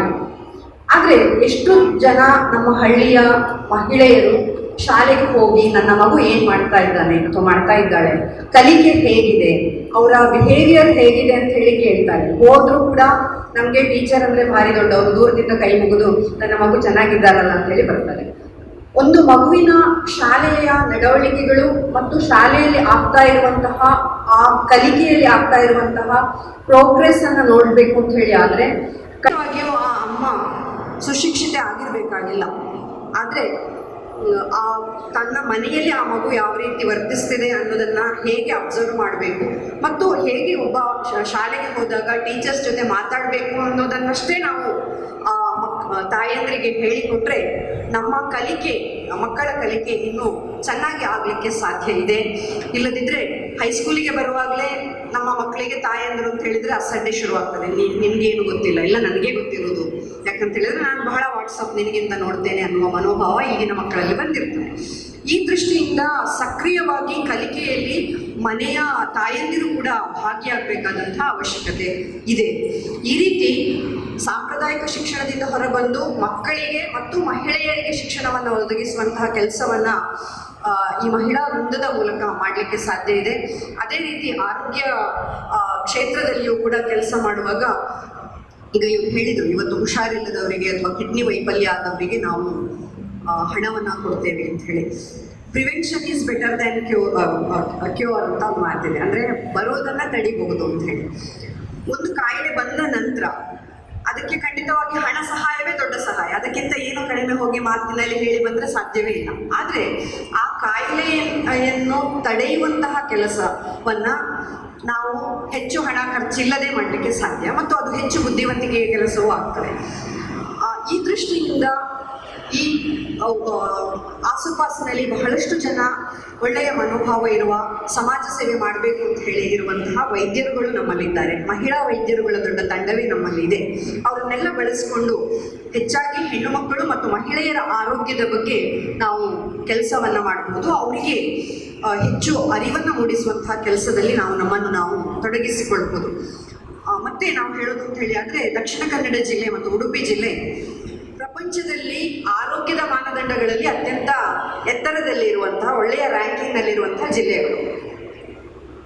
ಅಂದರೆ ನಾವು ಉದಾಹರಣೆಗೆ ಇನ್ಸ್ಟಿಟ್ಯೂಷನಲ್ ಡೆಲಿವರಿ ಅಂದರೆ ಆಸ್ಪತ್ರೆಗೆ ಹೋಗಿ ಹೆರಿಗೆ ಮಾಡಿಸುವಂಥದ್ದಿರ್ಬೋದು, ಈ ಥರ ಕೆಲವು ಮಾನದಂಡಗಳನ್ನು ತೆಗೆದುಕೊಂಡ್ರೆ ಬಹಳ ಒಳ್ಳೆಯ ಆರೋಗ್ಯದ ಸೇವೆ ಮತ್ತು ಆರೋಗ್ಯದ ಮಟ್ಟ ನಮ್ಮಲ್ಲಿ ಒಳ್ಳೆಯ ಫೆಸಿಲಿಟಿ ಇದೆ ಅಂತೇಳಿ ಅರ್ಥ. ಆದರೆ ನೀವು ಯಾವುದೇ ಒಂದು ಸರ್ಕಾರಿ ಶಾಲೆಗೆ ಹೋಗಿ ಅಥವಾ ಅಂಗನವಾಡಿಗೆ ಹೋಗಿ ಹೀಗೆ ಒಂದು ಜನರಲ್ ಆಗಿ ಕೆಳ ಮಧ್ಯಮ ವರ್ಗದ ಮಹಿಳೆಯರನ್ನು ನೋಡಿ ಹೆಚ್ಚಿನವರು ರಕ್ತಹೀನತೆಯಿಂದ ಬಳಲ್ತಾ ಇರೋದನ್ನು ನಾವು ಕಾಣ್ತೇವೆ. ಅವರಿಗೆ ಪೋಷಕಾಂಶಗಳನ್ನು ತೆಗೆದುಕೊಳ್ಳಲಿಕ್ಕೆ ಆಗದಷ್ಟು ಬಡತನ ಖಂಡಿತವಾಗಿಯೂ ಇಲ್ಲ, ಆದರೆ ತಿಳುವಳಿಕೆಯ ಕೊರತೆ ಇದೆ. ನಾವು ಈ ವಿಷಯದಲ್ಲಿ ಸ್ವಲ್ಪ ಇಂಟರ್ವೆನ್ಷನ್ ಮಾಡಿದರೂ ಕೂಡ ಆರೋಗ್ಯದಲ್ಲಿ ಬಹಳಷ್ಟು ಬದಲಾವಣೆಯನ್ನು ತರಲಿಕ್ಕೆ ಸಾಧ್ಯ ಇದೆ. ನಮಗೆ ಗೊತ್ತಿದ್ದ ಹಾಗೆ ಯಾವುದೇ ಒಂದು ಸಾಮಾನ್ಯ ವರ್ಗದ ಮನೆಗೆ ದೊಡ್ಡ ಕಾಯಿಲೆ ಬಂದರೆ ಅವರ ಉಳಿತಾಯ ಎಲ್ಲ ಖಾಲಿ ಆಗ್ತದೆ ಅಥವಾ ಅವರು ಸಾಲಗಾರರಾಗೋದನ್ನು ನಾವು ಕಾಣ್ತೇವೆ. ಈ ದೃಷ್ಟಿಯಿಂದ ಆರೋಗ್ಯ ಕ್ಷೇತ್ರದಲ್ಲಿ ಒಂದು ಸ್ವಯಂ ಸೇವಾ ಸಂಸ್ಥೆಯಾಗಿ ಬಹಳಷ್ಟು ಕೆಲಸವನ್ನು ಮಾಡುವಂತಹ ಅವಕಾಶ ಇನ್ನೂ ಇದೆ. ಈ ಕ್ಷೇತ್ರದಲ್ಲಿಯೂ ಕೂಡ ಅಭಯ ಮಹಿಳಾ ವೃಂದ ದೊಡ್ಡ ಸೇವೆಯನ್ನು ಈ ಭಾಗಕ್ಕೆ ನೀಡಲಿ ಅಂತ ಹೇಳಿ ನಾನು ಆಶಿಸ್ತೇನೆ. ಮುಖ್ಯವಾಗಿ ಸ್ವಯಂ ಸೇವಾ ಸಂಸ್ಥೆಗಳು ಅಂತ ಹೇಳಿದಾಗ ತುಂಬ ಸ್ವಯಂ ಸೇವಾ ಸಂಸ್ಥೆಗಳು ನಮ್ಮ ಸುತ್ತಮುತ್ತಲೂ ಕೆಲಸ ಮಾಡ್ತಾ ಇವೆ. ಹಾಗಿದ್ದಾಗ ಇನ್ನೊಂದು ಸ್ವಯಂ ಸೇವಾ ಸಂಸ್ಥೆ ಯಾಕೆ ಬೇಕು ಅಂತ ಹೇಳಿ ಆಗ್ಬೋದು. ಮಹಿಳಾ ವೃಂದ ಲೋಕೇಶ್ವರಿ ವಿನಯ್ ಚಂದ್ರವಾಳ ಅವರು ಇಲ್ಲಿದ್ದಾರೆ. ಕಳೆದ 50 ವರ್ಷಗಳಿಂದಲೂ ಕೂಡ ಮಹಿಳಾ ವೃಂದ ಬೆಳ್ತಂಗಡಿ ತಾಲೂಕಿನಲ್ಲಿ ಬಹಳ ಚೆನ್ನಾಗಿ ಕೆಲಸ ಮಾಡ್ತಾ ಇದೆ. ಬೇರೆ ಬೇರೆ ಉದ್ದೇಶಗಳನ್ನು ಇಟ್ಕೊಂಡು ಸಮಾನ ಮನಸ್ಕರು ಕೆಲಸ ಮಾಡಬೇಕು ಅಂತ ಹೇಳಿ ಆದರೆ ಅದಕ್ಕೆ ಒಂದು ಸಾಂಸ್ಥಿಕವಾದಂತಹ ಚೌಕಟ್ಟು ಬೇಕಂತ ಹೇಳೋದು ಕೂಡ ಪ್ರಶ್ನೆ. ಒಂದು ಸ್ವಯಂ ಸೇವಾ ಸಂಸ್ಥೆ ಅಂತ ಹೇಳಿ ಆದಾಗ ಅದು ತನ್ನನ್ನು ತಾನು ಸಮಾಜಕ್ಕೆ ತೆರೆದುಕೊಳ್ತದೆ. ಮೇಡಮ್ ಹೇಳ್ತಾ ಇದ್ರು ಶುಭಾ ಅವರು, ನಾವು ಸದಸ್ಯರನ್ನ ಮಾಡ್ತೇವೆ ಮತ್ತು ಈ ಕ್ಷೇತ್ರದಲ್ಲಿ ಕೆಲಸ ಮಾಡ್ತೇವೆ ಅಂತ ಹೇಳಿ. ಇವತ್ತು ಸಾರ್ವಜನಿಕವಾಗಿ ಕೆಲಸ ಮಾಡುವಾಗ ಬಹಳಷ್ಟು ಎಚ್ಚರವನ್ನು ಕೂಡ ನಾವು ವಹಿಸಬೇಕಾಗ್ತದೆ. ಮುಖ್ಯವಾಗಿ ಹಣದ ಅವಶ್ಯಕತೆ ಬರ್ತದೆ. ನಾವು ಎಲ್ಲರೂ ಒಳಗೆ ಬಂದಾಗ ನಮಗೆ ಬಹಳ ಆಶ್ಚರ್ಯ ಇತ್ತು, ಬಹಳ ಚೆನ್ನಾಗಿ ಇದನ್ನ ಅಲಂಕಾರ ಮಾಡಿದ್ದಾರೆ, ಲೋಗೋ ಬಿಡುಗಡೆ ಮಾಡಿದ್ದಾರೆ. ಯಾವುದು ಕೂಡ ಈ ಸಮಾಜದಲ್ಲಿ ಮುಫತ್ತಾಗಿ ಆಗುವುದಿಲ್ಲ. Everything has it price. ಹಾಗಾಗಿ ಹಣ ಇಲ್ಲದೆ ಯಾವ ಸಂಸ್ಥೆಯನ್ನು ನಡೆಸಲಿಕ್ಕೆ ಸಾಧ್ಯ ಇಲ್ಲ. ಯಾರೋ 3-4 ಜನ ನಾನಿದ್ದಾಗ ಹಣ ಕೊಡ್ತೇನೆ, ಇಲ್ಲದಿದ್ದಾಗ ಸುಮ್ಮನೆ ಇರ್ತೇನೆ ಅಂತ ಹೇಳಿ ಬಹಳ ಯಾವುದೇ ರೀತಿ ಅದನ್ನು ರಿಜಿಸ್ಟರ್ ಮಾಡದೆ, ಯಾವುದೇ ರೀತಿಯ ಪ್ರಚಾರ ಮಾಡದೇ ಇದ್ದಾಗ ಅವರಿದ್ದಾಗ ಕೊಡ್ತಾರೆ, ಇಲ್ಲದಿದ್ದಾಗ ಬಿಡ್ತಾರೆ. ಅದು ಬಹಳ ಸುಲಭವಾಗಿ ಅಂಥದ್ದು ನಮ್ಮ ಸುತ್ತಮುತ್ತ ಆ ರೀತಿಯ ಉತ್ತಮ ಕೆಲಸವನ್ನ ಮಾಡುವ ವಿಶಾಲ ಹೃದಯಗಳು, ಯಾವುದೇ ಪ್ರಚಾರ ಇಲ್ಲದೆ ಕೆಲಸ ಮಾಡ್ತಾ ಇರುವವರ ಸಂಖ್ಯೆ ಬಹಳಷ್ಟು ಇದೆ. ಈ ಭಾಗದಲ್ಲಿಯೂ ಕೂಡ ಇದೆ. ಯಾವಾಗ ನಾವು ಅದಕ್ಕೆ ಸಾಂಸ್ಥಿಕ ಸ್ವರೂಪವನ್ನು ಕೊಡ್ತೇವೋ ನಾವು ಈ ಎಲ್ಲ ವಿಷಯಗಳ ಬಗ್ಗೆ ಹೆಚ್ಚು ಜಾಗೃತೆಯಿಂದ ಇರಬೇಕು. ಬಹಳ ಸಂತೋಷದ ವಿಷಯ, ನಾವೆಲ್ಲ ಮಹಿಳೆಯರೇ ಇದ್ದೇವೆ. ಇಲ್ಲದಿದ್ದರೆ ಮಹಿಳೆಯರ ಸಬಲೀಕರಣ ಅಂತ ಕಾರ್ಯಕ್ರಮ ಆದರೂ ಕೂಡ ಒಂದು ಇಬ್ಬರಾದ್ರೂ ಕನಿಷ್ಠ ಪುರುಷರೇ ಇರಲೇಬೇಕು, ಇಲ್ಲದಿದ್ದರೆ ಅದು ಕಂಪ್ಲೀಟ್ ಆಗೋದಿಲ್ಲ. ಇಲ್ಲಿ ಎಲ್ಲರೂ ಮಹಿಳೆಯರೇ ಇದ್ದಾರೆ. ಮಹಿಳೆಯರ ಬಗ್ಗೆ ಕಾಳಜಿ ಇರುವ ಕೆಲವೇ ಪುರುಷರು ಕೂಡ ಇದ್ದಾರೆ. ಯಾವುದೇ ಒಂದು ಕೆಲಸವನ್ನ ಪುರುಷ ಮಾಡುವುದಕ್ಕೂ ಮತ್ತು ಮಹಿಳೆ ಮಾಡುವುದಕ್ಕೂ ಬಹಳ ವ್ಯತ್ಯಾಸ ಇದೆ. ಸಾಮಾನ್ಯವಾಗಿ ಹೇಳ್ತಾರೆ, ಪುರುಷರು ಮೆದುಳಿನಿಂದ ಯೋಚನೆ ಮಾಡ್ತಾರೆ, ಮಹಿಳೆಯರು ಹೃದಯದಿಂದ ಆಲೋಚನೆ ಮಾಡ್ತಾರೆ ಅಂತ ಹೇಳಿ. ಹಾಗಾಗಿ ಮಹಿಳೆಯರು ಹೆಚ್ಚು ಇಮೋಷನಲ್ ಆಗಿ ಡಿಸಿಷನ್ಸ್ ತಗೊಳ್ತಾರೆ, ಪುರುಷರು ಹೆಚ್ಚು ಬೌದ್ಧಿಕವಾಗಿ ಇಂಟೆಲಿಜೆಂಟ್ ಆಗಿ ಮಾಡ್ತಾರೆ ಅಂತ ಹೇಳಿ. ಈ ದೃಷ್ಟಿಯಿಂದ ಯಾವುದೇ ಒಂದು ಕೆಲಸವನ್ನು ನೋಡುವಾಗ ವಿಭಿನ್ನವಾಗಿ ಇರ್ತದೆ. ನಮ್ಮ ಸಮಾಜ ನಾವೆಲ್ಲವೂ ಹೇಳ್ತೇವೆ, ಮಹಿಳೆಯರ ಬಗ್ಗೆ ನಮಗೆ ಗೌರವ ಇದೆ, ಮಹಿಳೆಯರನ್ನ ನಾವು ಆರಾಧಿಸ್ತೇವೆ ಅಂತ. ಆದರೂ ಕೂಡ ಪುರುಷರು ಮತ್ತು ಮಹಿಳೆಯರು ಸಮಾನ ಕೆಲಸಗಳನ್ನು ಮಾಡಿದಾಗ ಇವತ್ತಿಗೂ ಯಾವುದೇ ಸಂಸ್ಥೆಯಲ್ಲಿರ್ಬೋದು, ಸಾರ್ವಜನಿಕವಾಗಿರ್ಬೋದು, ಮಹಿಳೆಯರು ಪುರುಷರಿಗಿಂತ 2ರಷ್ಟು ಕೆಲಸ ಮಾಡಿದರೆ ಅವರು ಮಾಡಿದ ಅರ್ಧದಷ್ಟು ನೀವು ಮಾಡಿದ್ದೀರಿ ಅಂತ ಹೇಳಿ ಗುರುತಿಸುವಂಥದ್ದು ಖಂಡಿತಕ್ಕೂ ಇವತ್ತು ಕೂಡ ಇದೆ. ಇದನ್ನು ನಾವೆಲ್ಲರೂ ಕೂಡ ಒಪ್ಪಲೇಬೇಕಾಗ್ತದೆ.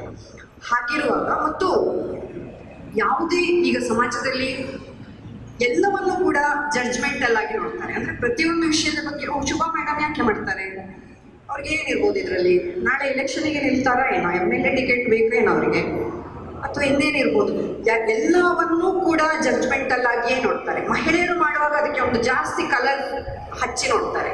ಅವ್ರು ಯಾರ ಜೊತೆ ಓಡಾಡ್ತಾರೆ, ಅವ್ರು ಏನು ಮಾಡ್ತಾರೆ, ಅವ್ರಿಗೆ ಎಷ್ಟು ಸಮಯ ಇಲ್ಲಿದೆ, ಕೊನೆಗೆ ಏನಾದರೂ ಇದ್ದರೆ ಅವ್ರಿಗೆ ಅತ್ತೆ ಜೊತೆ ಸರಿ ಇಲ್ಲ, ಇಂಥದ್ದಾದರೂ ಒಂದು ಹೇಳಿ ಒಂದು ನಮ್ಮ ಚಟವನ್ನು ನಾವು ತೀರಿಸ್ಕೊಳ್ತೇವೆ. ಸಾಮಾನ್ಯವಾಗಿ ಹೇಳ್ತೇವೆ ಒಂದು 10 ಜನ ಮಹಿಳೆಯರು ಖಂಡಿತ ಒಟ್ಟಾಗಿ ಕೆಲಸ ಮಾಡಲಿಕ್ಕೆ ಸಾಧ್ಯ ಇಲ್ಲ ಅಂತ. ಆದರೆ ಖಂಡಿತವಾಗಿಯೂ ಸಾಧ್ಯ ಇದೆ. ನಿಮಗೆ ಗೊತ್ತಿರ್ಬೋದು, ಗುಜರಾತ್ನಲ್ಲಿ ಸೇವಾ ಅಂತ ಹೇಳುವ ಒಂದು ಸಂಸ್ಥೆ ಬಹಳ ಒಳ್ಳೆಯ ರೀತಿಯಲ್ಲಿ ರಾಷ್ಟ್ರ ಮಟ್ಟದಲ್ಲಿ, ಅಂತಾರಾಷ್ಟ್ರೀಯ ಮಟ್ಟದಲ್ಲಿ ಕೆಲಸವನ್ನು ಮಾಡಿದ್ದು. ಕೋಆಪರೇಟಿವ್ ಮೂವ್ಮೆಂಟಲ್ಲಿ ಅವರು ಕೆಲಸವನ್ನು ಮಾಡಿದರು. ಎಲ್ಲ ಪುರುಷರಲ್ಲಿಯೂ ಕೂಡ ಭಿನ್ನಾಭಿಪ್ರಾಯಗಳು ಇರ್ತಾರೆ. ಅವರು ಬೇರೆ ರೀತಿಯಲ್ಲಿ ಅದನ್ನು ಪರಿಹರಿಸ್ತಾರೆ, ನಾವು ಬೇರೆ ರೀತಿಯಲ್ಲಿ ಪರಿಹರಿಸ್ತೇವೆ. ನಾವು ಹೆಚ್ಚು ಮಾತನಾಡ್ತೇವೆ. ನಾನು ಯಾವತ್ತೂ ಹೇಳ್ತೇವೆ, ಮಾತನಾಡುವುದು ಅಳುವುದು ಕೂಡ ನಮ್ಮ ಶಕ್ತಿ ಅಂತ ಹೇಳಿ. ನಾವು ಮಾತನಾಡಿ ಮಾನಸನ್ನು ಹಗುರ ಮಾಡ್ಕೊಳ್ತೇವೆ, ಮತ್ತೆ ಸವಾಲುಗಳನ್ನು ಎದುರಿಸಲಿಕ್ಕೆ ತಯಾರಾಗ್ತೇವೆ. ಈ ಎಲ್ಲ ಸೃಜನಶೀಲತೆಯನ್ನು ನಮ್ಮ ಶಕ್ತಿಯಾಗಿ ನಾವು ಬಳಸಿದಾಗ ಯಾವುದೇ ಸವಾಲನ್ನು ನಮ್ಮಿಂದ ಎದುರಿಸಲಿಕ್ಕೆ ಸಾಧ್ಯ. ಆದರೆ ಎಲ್ಲ ಸ್ವಯಂ ಸೇವಾ ಸಂಸ್ಥೆಗಳಲ್ಲಿ ಇರುವ ಹಾಗೆ ಬರುವಂತಹ ಸವಾಲುಗಳನ್ನು ಎದುರಿಸಲಿಕ್ಕೆ ಸಾಧ್ಯ ಇರಬೇಕು. ಮುಖ್ಯವಾಗಿ ನಾವು ಸಾರ್ವಜನಿಕ ಕ್ಷೇತ್ರದಲ್ಲಿ ಇರುವಾಗ ಪಾರದರ್ಶಕತೆ ಮತ್ತು ಉತ್ತರದಾಯಿತ್ವ ಬಹಳ ಬಹಳ ಮುಖ್ಯ. ಒಂದು ಹಂತಕ್ಕೆ ಬಂದ ಮೇಲೆ ನನ್ನನ್ನು ಯಾರೂ ಪ್ರಶ್ನೆ ಮಾಡಬಾರದು ಅಂತ ಹೇಳುವ ಮನೋಭಾವ ಬರೋದಾಗಲಿ, ಅದು ನಾವು ಕಷ್ಟಪಟ್ಟದ್ದಲ್ಲ, ಅದನ್ನು ಇನ್ನೊಬ್ರು ಯಾಕೆ ಪ್ರಶ್ನಿಸಬೇಕು ಅಂತ ಹೇಳಿ ಅಂದ್ಕೊಳ್ಳೋದಾಗಲಿ ಇದ್ದರೆ ಆ ಸಂಸ್ಥೆ ಎತ್ತರಕ್ಕೆ ಬೆಳೀಲಿಕ್ಕೆ ಸಾಧ್ಯ ಆಗೋದಿಲ್ಲ. ಅಥವಾ ನಾನು ಸಂಸ್ಥೆಯಲ್ಲಿ ಒಂದು ಪದಾಧಿಕಾರಿ ಅನ್ನುವ ಕಾರಣಕ್ಕಾಗಿ ನಮ್ಮ ಜೊತೆ ಇರುವಂತಹ ಸಮಾಜದ ಸಾಮಾನ್ಯ ವರ್ಗದ ಮಹಿಳೆಯರನ್ನು ಕೆಟ್ಟದಾಗಿ ನಡೆಸಿಕೊಳ್ಳುವಂಥದ್ದಿರ್ಬೋದು, ಗೌರವಯುತವಾಗಿ ನಡೆಸಿಕೊಳ್ಳದೇ ಇರುವಂಥದ್ದಿರ್ಬೋದು. ನಾವು ಒಂದು 100 ರೂಪಾಯಿ ಅವರಿಗೆ ಸಹಾಯ ನೀಡಿದ್ದೇವೆ ಅಂತ ಹೇಳಿದರೆ ಅವರಿಂದ ಒಂದು 1000 ರೂಪಾಯಿಯ ಗೌರವವನ್ನು ನಾವು ನಿರೀಕ್ಷೆ ಮಾಡೋದಿರ್ಬೋದು. ಇದೆಲ್ಲವೂ ಕೂಡ ಕೆಲಸ ಮಾಡ್ತಾ ಇದ್ದ ಹಾಗೆ ಮಾನವ ಸಹಜವಾಗಿರುವಂತಹ ದೌರ್ಬಲ್ಯಗಳು ನಮ್ಮಲ್ಲಿ ಕೂಡ ಸೇರ್ಕೊಳ್ತವೆ. ಅದನ್ನು ಯಾವತ್ತೂ ಕೂಡ ಚೆಕ್ಸ್ ಆ್ಯಂಡ್ ಬ್ಯಾಲೆನ್ಸಸ್ ನಮ್ಮಲ್ಲಿ ಇರಬೇಕಾಗ್ತದೆ. ನಾವೆಲ್ಲರೂ ಕೂಡ ಸಮಾನರು. ನಮಗೆ ಹೆಚ್ಚು ಅವಕಾಶಗಳಿದ್ದು ಸಿಕ್ಕಿವೆ, ಹಾಗಾಗಿ ನಾವು ಹಾಗಿದ್ದೇವೆ. ನಮಗಿಂತ ಕಡಿಮೆ ಅವಕಾಶ ಇದ್ದವರು ನಮ್ಮ ಸಹಾಯವನ್ನು ಕೇಳ್ತಾರೆ ಅಂತ ಹೇಳುವ ಮನೋಭಾವವನ್ನು ನಾವು ಮತ್ತೆ ಮತ್ತೆ ನೆನಪಿಗೆ ತಂದುಕೊಂಡ್ರೆ ನಾವು ಯಾವ ಆಶಯಗಳನ್ನು ಇಟ್ಕೊಂಡು ಇವತ್ತು ಮಹಿಳಾ ವೃಂದವನ್ನು ಕಟ್ಟಿದ್ದೇವೆ ಅದೇ ಆಶಯಗಳನ್ನು ಇಟ್ಕೊಳ್ಳಿಕ್ಕೆ ಸಾಧ್ಯ ಆಗ್ತದೆ. ಯಾವುದೇ ಒಂದು ಸಂಸ್ಥೆಯನ್ನು ನಾವು ಕಟ್ಟಿದಾಗ, ಇವತ್ತು ಶುಭಾ ಮೇಡಮ್ ಮತ್ತು ಅವರ ಸ್ನೇಹಿತೆಯರು ಸೇರಿ ಮಾಡಿದ್ದಾರೆ, ನಾವೇ ಇದನ್ನು 100 ವರ್ಷ ನಡೆಸಬೇಕು ಅಂತ ಹೇಳುವ ಮನೋಭಾವ ಇದ್ದರೆ ಈ ಸಂಸ್ಥೆ ಬೆಳೀಲಿಕ್ಕೆ ಸಾಧ್ಯ ಇಲ್ಲ. ಇವತ್ತು ನಾವಿದ್ದೇವೆ, ಇನ್ನೊಂದು ದಿನ ಇನ್ನೊಬ್ರು ಅದನ್ನು ನಡೆಸಬೇಕು ಅಂತ ಹೇಳಿದ್ದಾಗ ನಾವು ಹೆಚ್ಚು ಪಾರದರ್ಶಕವಾಗಿ ಇರಲಿಕ್ಕೆ ಸಾಧ್ಯ ಆಗ್ತದೆ ಮತ್ತು ಸವಾಲುಗಳನ್ನು ನಾವು ಎದುರಿಸಲಿಕ್ಕೆ ಸಾಧ್ಯ ಆಗ್ತದೆ. ಮುಖ್ಯವಾಗಿ ಈ ಎಲ್ಲ ಸಮಾಜ ಸೇವಾ ಕಾರ್ಯವನ್ನು ಮಾಡಬೇಕು ಅಂತ ಹೇಳಿ ಆದರೆ ನಮ್ಮ ಸಾಮರ್ಥ್ಯವನ್ನು ಕೂಡ ನಾವು ಬೆಳೆಸಿಕೊಳ್ಬೇಕಾಗ್ತದೆ. ಶಿಕ್ಷಣ ಕ್ಷೇತ್ರದಲ್ಲಿ ಕೆಲಸ ಮಾಡಬೇಕು, ಅಥವಾ ನಾವು ಸಾರ್ವಜನಿಕ ರಂಗದಲ್ಲಿ ಕೆಲಸ ಮಾಡಬೇಕು, ಆರೋಗ್ಯ ಕ್ಷೇತ್ರದಲ್ಲಿ ಕೆಲಸ ಮಾಡಬೇಕು ಅಂತ ಹೇಳಿ ಆದರೆ ಆ ಕ್ಷೇತ್ರದಲ್ಲಿ ಏನಾಗ್ತಾ ಇದೆ ಅದರ ಬಗ್ಗೆ ನಾವು ತಿಳ್ಕೊಳ್ಬೇಕು, ಬೇರೆಯವರ ಜೊತೆ ಮಾತುಕತೆಯನ್ನು ನಡೆಸಬೇಕು, ನಮ್ಮ ಸಾಮರ್ಥ್ಯವನ್ನು ಜಾಸ್ತಿ ಮಾಡಿಕೊಳ್ಬೇಕಾಗ್ತದೆ. ಅದರ ಜೊತೆಗೆ ಇವತ್ತು ಕೇವಲ ಹಣದಿಂದ ಸಮಸ್ಯೆಗಳು ಪರಿಹಾರ ಆಗೋದಿಲ್ಲ. ಹೆಚ್ಚಾಗಿ ನೊಂದ ಮಹಿಳೆಯರಿಗೆ ಅವರ ನೋವನ್ನು ಆಲಿಸುವಂತಹ, ಸಮಾಧಾನದಿಂದ ಕೇಳುವ, ಸಹ ಅನುಭೂತಿಯನ್ನು ತೋರಿಸುವಂತಹ ಕಿವಿಗಳಿದ್ದರೂ ಸಾಕಾಗ್ತದೆ. ಅವರಿಗೆ ಅವರದ್ದೇ ಆದಂತಹ ಸೊಲ್ಯೂಷನ್ಸನ್ನು ಅವರೇ ಕಂಡುಕೊಳ್ತಾರೆ. ಈ ರೀತಿಯ ಒಂದು ಕಿವಿಯಾಗಿ ಅಭಯವನ್ನು ನೀಡಲಿಕ್ಕೆ ಸಾಧ್ಯ ಆಗ್ತದೆ. ಹಣವೇ ಎಲ್ಲವನ್ನ ಸಮಸ್ಯೆಯನ್ನು ಪರಿಹರಿಸಲಿಕ್ಕೆ ಖಂಡಿತವಾಗಿಯೂ ಸಾಧ್ಯ ಆಗೋದಿಲ್ಲ. ಆದ್ದರಿಂದ ಈ ಸಂಸ್ಥೆಯನ್ನು ಹುಟ್ಟುಹಾಕಿದವರು, ಅದರ ಸದಸ್ಯರು ಬಿಟ್ಟು ಸ್ವಯಂ ಸೇವಾ ನೆಲೆಯಲ್ಲಿ ಈ ಭಾಗದಲ್ಲಿರುವಂತಹ ಅನೇಕ ಮಹಿಳೆಯರು, ಇಲ್ಲಿ ಲೋಕೇಶ್ವರಿ ವಿನಯ್ ಚಂದ್ರ ಮೇಡಮ್ ಇದ್ದಾರೆ, ಈಗ ಪುಷ್ಪಾವತಿ ಅವರಿದ್ದಾರೆ, ಎಲ್ಲರೂ ಕೂಡ ಅವರ ಸಮಯವನ್ನು ಸ್ವಲ್ಪ ಮಟ್ಟಿಗೆ ನಿಮ್ಮ ಜೊತೆ ಕಳೆಯುವ ಹಾಗೆ ನೀವು ಒಂದು ರಿಸೋರ್ಸ್ ಟೀಮನ್ನು ಕಟ್ಟಿಕೊಂಡ್ರೆ ನಾವು ಹೆಚ್ಚು ಮಹಿಳೆಯರನ್ನು ತಲುಪಲಿಕ್ಕೆ ಸಾಧ್ಯ ಆಗ್ತದೆ. ಕೆಲಸ ಮಾಡ್ತಾ ಹೋದ ಹಾಗೆ ತಾನಾಗಿ ಪ್ರಚಾರ ಅಥವಾ ನಿಮಗೆ ಆಸೆ ಇದ್ದರೆ ಹಾಲತುರಾಯಿಗಳು, ಪ್ರಶಸ್ತಿಗಳು ಬರ್ತವೆ. ಆದರೆ ನಾವು ಅದರ ಹಿಂದೆ ಹೋದರೆ ಖಂಡಿತವಾಗಿಯೂ ಕೂಡ ನಮ್ಮ ಹೆಚ್ಚು ಶ್ರಮ ಮತ್ತು ನಾವು ಹೆಚ್ಚು ವಿರೋಧವನ್ನು ಕಟ್ಕೊಳ್ಬೇಕಾಗ್ತದೆ. ಸಮಯ ಮತ್ತು ಹಣ ಎಲ್ಲವೂ ಕೂಡ ಅದಕ್ಕಾಗಿ ವ್ಯರ್ಥ ಆಗ್ತದೆ. ಎಲೆಮರೆಯ ಕಾಯಿ ಹಾಗೆ ಕೆಲಸ ಮಾಡ್ತಾ ಇದ್ದಾಗ ನಾವು ಹೆಚ್ಚು ಕೆಲಸಕ್ಕೆ ಫೋಕಸ್ ಕೊಡಲಿಕ್ಕೆ ಸಾಧ್ಯ ಆಗ್ತದೆ. ನಾವು ಪ್ರಚಾರಕ್ಕೆ ಹೋದರೆ ನಮ್ಮನ್ನು ತುಂಬ ಜನ ಪ್ರಶ್ನಿಸುವವರು ಇರ್ತಾರೆ, ಮತ್ತು ಅದಕ್ಕೆ ಉತ್ತರವನ್ನು ಕೊಡೋದ್ರಲ್ಲೇ ನಮ್ಮ ಸಮಯ ಹೋಗಿಬಿಡ್ತದೆ. ಈ ಎಲ್ಲ ದೃಷ್ಟಿಯಿಂದ ಯಾವ ಉದ್ದೇಶಗಳಿಗಾಗಿ ಅಭಯ ಮಹಿಳಾ ವೃಂದವನ್ನು ನೀವು ಕಟ್ಟಿದ್ದೀರಿ ಆ ಉದ್ದೇಶ ವಿಚಲಿತ ಆಗದ ಹಾಗೆ, ಅಂದರೆ ಆ ಒಂದು ಮಿಷನ್ ಮೋಡ್ನಲ್ಲಿ ಈ ಕೆಲಸ ಆದರೆ ಬಹಳ ಒಳ್ಳೆಯದು. ನಾನು ಕೇಳ್ತಾ ಇದ್ದೆ, ನಿಮ್ಮಲ್ಲಿ ಯಾರಾದರೂ ಸ್ವಂತ ಆದಾಯ ಇರುವವರು ಇದ್ದೀರಾ ಅಂತ. ಹೆಚ್ಚಿನವರು ಮನೆಯವರ ಆದಾಯವನ್ನು ನಂಬಿಕೊಂಡು ಈ ಸಂಸ್ಥೆಯಲ್ಲಿ ಕಟ್ಟಿದ್ದಾರೆ. ಹಾಗಾಗಿ ನೀವು ಮತ್ತೆ ಮತ್ತೆ ಹೋಗಿ ನಿಮ್ಮ ಗಂಡನ ಹತ್ರ ತಂದೆ ಹತ್ರ ಹಣ ಕೇಳಿದರೆ ನಿನ್ನ ಸಂಸ್ಥೆ ಮುಚ್ಚು ಅಂತ ಹೇಳುವವರೇ ಜಾಸ್ತಿ. ಆದರೆ ಈ ಸಮಾಜದಲ್ಲಿ ಇವತ್ತು ಕೂಡ ಒಳ್ಳೆಯ ಉದ್ದೇಶಗಳಿಗೆ ಹಣವನ್ನು ಕೊಡುವಂಥವರು, ದಾನವನ್ನು ಕೊಡುವಂಥವರು ಇದ್ದಾರೆ. ಆದ್ದರಿಂದಾಗಿ ಯಾರಿಗೂ ಹೊರೆಯಾಗದ ರೀತಿಯಲ್ಲಿ ಹಣಕ್ಕಿಂತ ಹೆಚ್ಚಾಗಿ ಜ್ಞಾನವನ್ನು ಮತ್ತು ಸಂಘಟನೆಯ ಸಂಘಶಕ್ತಿಯಲ್ಲಿರುವ ಶಕ್ತಿಯನ್ನು ಮಹಿಳೆಯರಿಗೂ ಕೂಡ ಮನದಟ್ಟು ಮಾಡಿಕೊಡುವಂತಹ ಕೆಲಸವನ್ನು ನೀವು ಮಾಡಿದರೆ ನೀವು ಉಳಿದ ಸೇವಾ ಸಂಸ್ಥೆಗಳಿಗಿಂತ ಭಿನ್ನವಾಗಿ ತಮ್ಮ ಛಾಪನ್ನು ಈ ಭಾಗದಲ್ಲಿ ಮೂಡಿಸಿಕೊಳ್ಳಲಿಕ್ಕೆ ಸಾಧ್ಯ ಆಗ್ತದೆ. ಈ ನಿಟ್ಟಿನಲ್ಲಿ ಇವತ್ತು ಉದ್ಘಾಟನೆಗೊಂಡಿರುವ ಅಭಯ ಮಹಿಳಾ ವೃಂದ ಕಾರ್ಯವನ್ನು ಮುಂದುವರಿಸಲಿ ಅಂತ ಹೇಳ್ತಾ, ಇದು ಬಹಳ ಹೆಮ್ಮರವಾಗಿ ಇದರ ಅಡಿಯಲ್ಲಿ ಬಹಳಷ್ಟು ನೊಂದ ಮಹಿಳೆಯರಿಗೆ, ಅಶಕ್ತ ಮಹಿಳೆಯರಿಗೆ ಶಕ್ತಿಯನ್ನು ತುಂಬುವಾಗಲಿ ಅಂತ ಹೇಳಿ ನಾನು ಪ್ರಾರ್ಥಿಸ್ತಾ, ಈ ಸಂದರ್ಭದಲ್ಲಿ ಅವಕಾಶವನ್ನು ಮಾಡಿಕೊಟ್ಟಂತಹ ಎಲ್ಲ ಪದಾಧಿಕಾರಿಗಳಿಗೂ ತಾಳ್ಮೆಯಿಂದ ಕೇಳಿದಂಥ ನಿಮ್ಮೆಲ್ಲರಿಗೂ ಕೂಡ ವಂದಿಸ್ತಾ ನನ್ನ ಮಾತನ್ನು ಮುಗಿಸ್ತೇನೆ. ನಮಸ್ಕಾರ. ಓಂ ಶ್ರೀ ಮಂಜುನಾಥಾಯ ನಮಃ. ಅಭಯ ಮಹಿಳಾ ವೃಂದ ಗುಜರಿ ಇದರಲ್ಲಿ ನಡೆಯುವಂತಹ ನೊಂದ ಮನೆಗಳಿಗೆ ಬೆಳಕು ಚೆಲ್ಲುವ ಭರವಸೆಯ ದೀಪಗಳು ಎಂಬ ಈ ಒಂದು ಕಾರ್ಯಕ್ರಮದ ಉದ್ಘಾಟನೆಯನ್ನು ಮಾಡಿದಂತಹ ಶ್ರೀಮತಿ ವೃಂದಾ ಮೇಡಮ್ ಅವರೇ ಹಾಗೂ ಈ ವೇದಿಕೆಯ ಅಧ್ಯಕ್ಷತೆಯನ್ನು ವಹಿಸಿಕೊಂಡಂತಹ ಶ್ರೀಮತಿ ಶುಭಾ ಮೇಡಮ್ ಅವರೇ ಹಾಗೂ ಗೌರವ ಅತಿಥಿಯಾಗಿರುವಂತಹ ಮಹಿಳೆಯರ ಸ್ಫೂರ್ತಿಯಾಗಿರುವಂತಹ ಶ್ರೀಮತಿ ಮನೋರಮಾ ಮೇಡಮ್ ಅವರೇ ಹಾಗೂ ನನ್ನ ಮಾರ್ಗದರ್ಶಕರಾದಂತಹ ಲೋಕೇಶ್ವರಿ ಮೇಡಮ್ ಅವರೇ ಹಾಗೂ ವೇದಿಕೆಯಲ್ಲಿರುವಂತಹ ಪುಷ್ಪಾ ಮೇಡಮ್ ಅವರೇ ಹಾಗೂ ವೇದಿಕೆಯ ಮುಂಭಾಗದಲ್ಲಿರುವಂತಹ JCIಯ ಪ್ರೆಸಿಡೆಂಟ್ ಅಧ್ಯಕ್ಷರಾದ ಸ್ವರೂಪ್ ಅವರೇ, ತಾಲೂಕ್ ಪಂಚಾಯತ್ ಸದಸ್ಯರಾದಂತಹ ಶಶಿಧರ ಕಲ್ಮಜ್ಜರವರೇ ಹಾಗೂ ಶಶಿಕಿರಣ್ ಜೈನ್ ಅವರೇ ಹಾಗೂ ವೇದಿಕೆಯ ಮುಂಭಾಗದಲ್ಲಿರುವಂತಹ ಎಲ್ಲ ನನ್ನ ಸಹೋದರಿಯರೇ, ಇವತ್ತು ಈಗ ಮೇಡಮ್ ಹೇಳಿದಾಗೆ ಲಾಕ್ಡೌನ್ ಟೈಮಲ್ಲಿ ನಾವು ಏನೇನು 6 ತಿಂಗಳು 7 ತಿಂಗಳು ನಾವು ಮನೆಯಲ್ಲಿದ್ದು ನಾವೇನು ಎಲ್ಲ ಕೆಲಸಗಳನ್ನು ಮಾಡಿದೆವು, ಥರದ ಅಡುಗೆಗಳನ್ನು ಮಾಡಿ ನಾವು ಮಕ್ಕಳೊಟ್ಟಿಗೆ ನಾವು ಸವಿಯನ್ನು ಉಂಡಿದ್ದೇವೆ. ಅದೇ ರೀತಿ ನಮ್ಮ ಶುಭಾರವರು ಆ ಟೈಮಲ್ಲಿ ಮಾಡಿದಂತಹ ಈ ಒಂದು ವಾಟ್ಸಪ್ ಗ್ರೂಪು ಅದು ಇವತ್ತು ಈ ಒಂದು ರೀತಿ ಒಂದು ವೇದಿಕೆಯಲ್ಲಿ ನಿಂತಿದೆ ಅಂದರೆ ನಾನು ಅವರಿಗೆ ತುಂಬ ಥ್ಯಾಂಕ್ಸ್ ಅನ್ನು ಹೇಳ್ತಾ ಇದ್ದೇನೆ. ನೊಂದು ಮಹಿಳೆಯರು ಅಂದಾಗ ನನಗೆ ಅನ್ನಿಸ್ತದೆ, ನಾವು ಮಹಿಳಾ ಒಕ್ಕೂಟದಲ್ಲಿ ಕೂಡ ಒಂದು ಸಾಂತ್ವನ ಕೇಂದ್ರವನ್ನು ಸಹ ಇದು ಮಾಡಿ ಒಂದು 7-8 ವರ್ಷಗಳ ಕಾಲ ನಾವು ಸಾಂತ್ವನ ಕೇಂದ್ರವನ್ನು ನಡೆಸಿಕೊಂಡು ಬಂದಿದ್ದೇವೆ. ಅಲ್ಲಿ ಬಂದಂತಹ ನೊಂದ ಮಹಿಳೆಯರು ಅಂದರೆ 1600 ಕೇಸುಗಳು ಬಂದಾಗ ಅಲ್ಲಿ ಬಂದಂತಹ ಎಲ್ಲರೂ ನೊಂದ ಮಹಿಳೆಯರೇ ಆಗಿರ್ತಾರೆ. ಆ ನೊಂದ ಮಹಿಳೆಯರಿಗೆ ಬಂದಾಗ ನಾವು ಅವರಿಗೆ ನಾವು ನಮಗೆ ಬೇಕಾದಂತಹ ಅವರಿಗೊಂದು ದಾರಿಯನ್ನು ಕೊಟ್ಟಿದ್ದೇವೆ. ಅದೇ ರೀತಿ ಆ ನೊಂದ ಮಹಿಳೆಯರು ಬಂದಾಗ ಆ ನೊಂದ ಮಹಿಳೆಯರಿಗೆ ಯಾರಿಂದ ಉಪದ್ರ ಆಗಿರ್ತದೆ ಅಂದರೆ ಮಹಿಳೆಯರಿಂದಲೇ ಆಗಿರ್ತದೆ. ಅಂದರೆ ಗಂಡಸರಿಂದ ಅಂತೂ ಖಂಡಿತ ಆಗಿರುವುದಿಲ್ಲ. ಅಂದರೆ ಅವರ ಹತ್ಯೆ ಆಗಿರ್ಬೋದು, ಈ ರೀತಿಯಲ್ಲಿ ಅವರು ಒಂದು ನೋವನ್ನು ಅನುಭವಿಸಿ ಅವರು ನೊಂದಿರ್ತಾರೆ. ಇದಕ್ಕೊಂದು ನಾನು ಒಂದು ಉದಾಹರಣೆ ಅಂದರೆ ನಾನು ಮೊದಲೊಮ್ಮೆ ಈ ಒಂದು ಮಾತನ್ನು ನಾನು ಇದೇ ಪ್ರಗತಿ ಮಹಿಳಾ ಮಂಡಲದಲ್ಲಿ ಹೇಳಿದ್ದು ನೆನಪಿದೆ. ಒಬ್ಬಳು ಮೈಸೂರಿನ ಹುಡುಗಿ MBA ಆದಂತಹ ಹುಡುಗಿ ಮನೆಯಿಂದ ತಪ್ಪಿಸಿಕೊಂಡು ಬಂದು ನಮ್ಮ ಸಾಂತ್ವನ ಕೇಂದ್ರಕ್ಕೆ ಆ ಹುಡುಗಿ ಬಂದಾಗ ಆ ಹುಡುಗಿಯನ್ನು ಅವಳ ತಂದೆ ತಾಯಿಗೆ ನಾವು ಒಪ್ಪಿಸಿದ ಒಂದು ಕೆಲಸ ಅದು ನಾವು ನಮ್ಮ ಮಹಿಳಾ ಒಕ್ಕೂಟದಲ್ಲಿ ಒಂದು ಒಳ್ಳೆಯ ಕೆಲಸವನ್ನು ನಾವು ಮಾಡಿದ್ದೇವೆ ಅಂತ ನಾನು ಈ ಒಂದು ಸಮಯದಲ್ಲಿ ಹೇಳ್ತಿದ್ದೇನೆ. ಒಂದು ಹುಡುಗಿ MBA ಆದಂತಹ ಹುಡುಗಿ ದಾರಿಯಲ್ಲಿ ನಾನು ಬೆಟ್ಟಗಡಿಲಿ ನನ್ನ ಗಾಡಿಯಿಂದ ನಾನು ಈ ಕಡೆ ಬರ್ತಾ ಇದ್ದಾಗ ಒಂದು ಹುಡುಗಿ ಕಣ್ಣೀರು ಹಾಕಿಕೊಂಡು ಒಂದು ಬ್ಯಾಗನ್ನು ಹಾಕಿಕೊಂಡು ರೋಡಲ್ಲಿ ಹೋಗ್ತಾ ಇರುವಾಗ ನನ್ನ ಕಣ್ಣಿಗೆ ಆ ಹುಡುಗಿ ಬಿತ್ತು.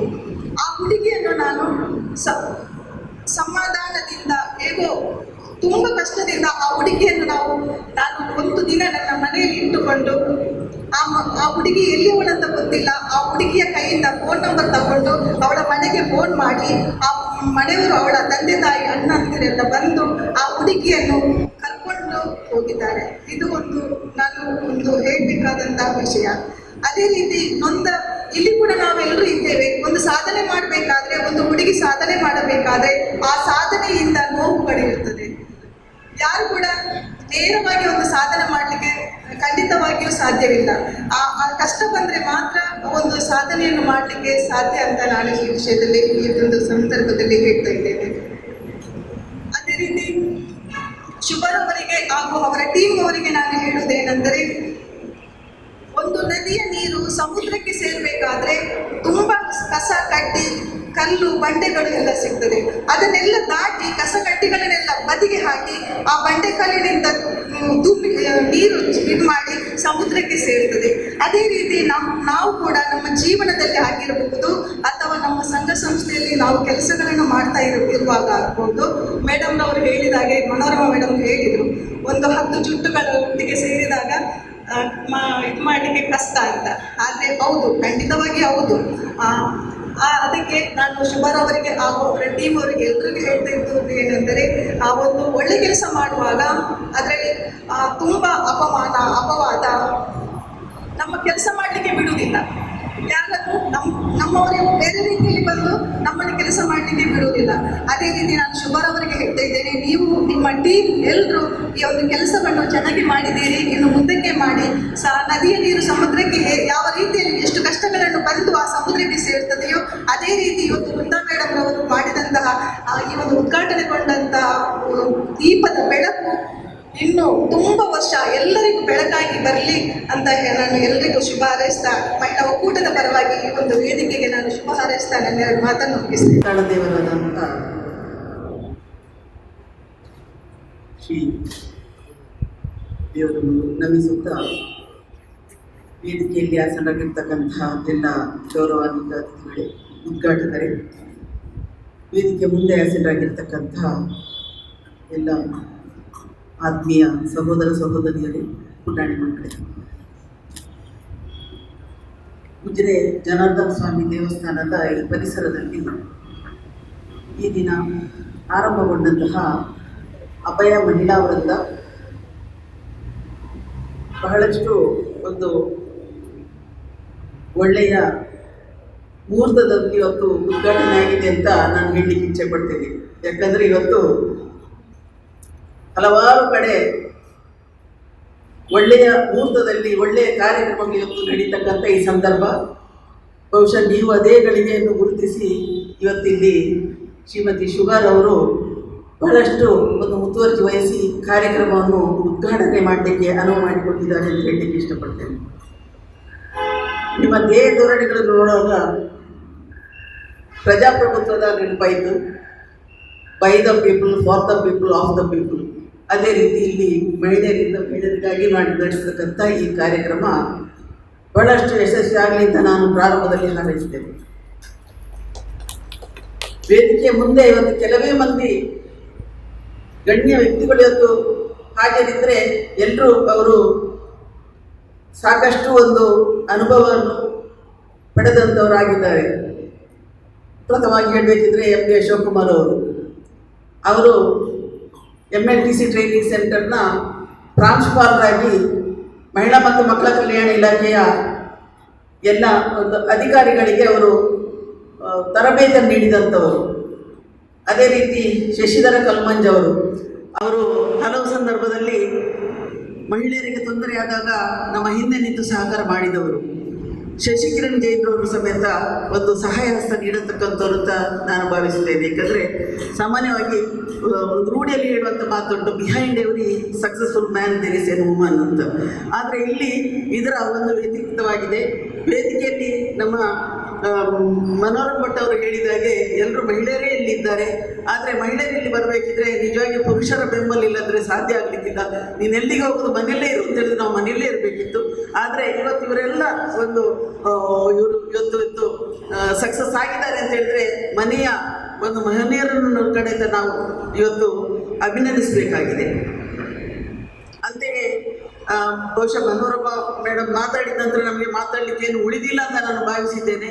ಯಾಕಂದರೆ ಅವರು ಪ್ರಾಯದಲ್ಲಿ ನಮಗಿಂತ ಕಿರಿಯರಾಗಿದ್ದರು, ಅನುಭವದಲ್ಲಿ ಬಹಳಷ್ಟು ಎತ್ತರದಲ್ಲಿರ್ತಕ್ಕಂಥವ್ರು.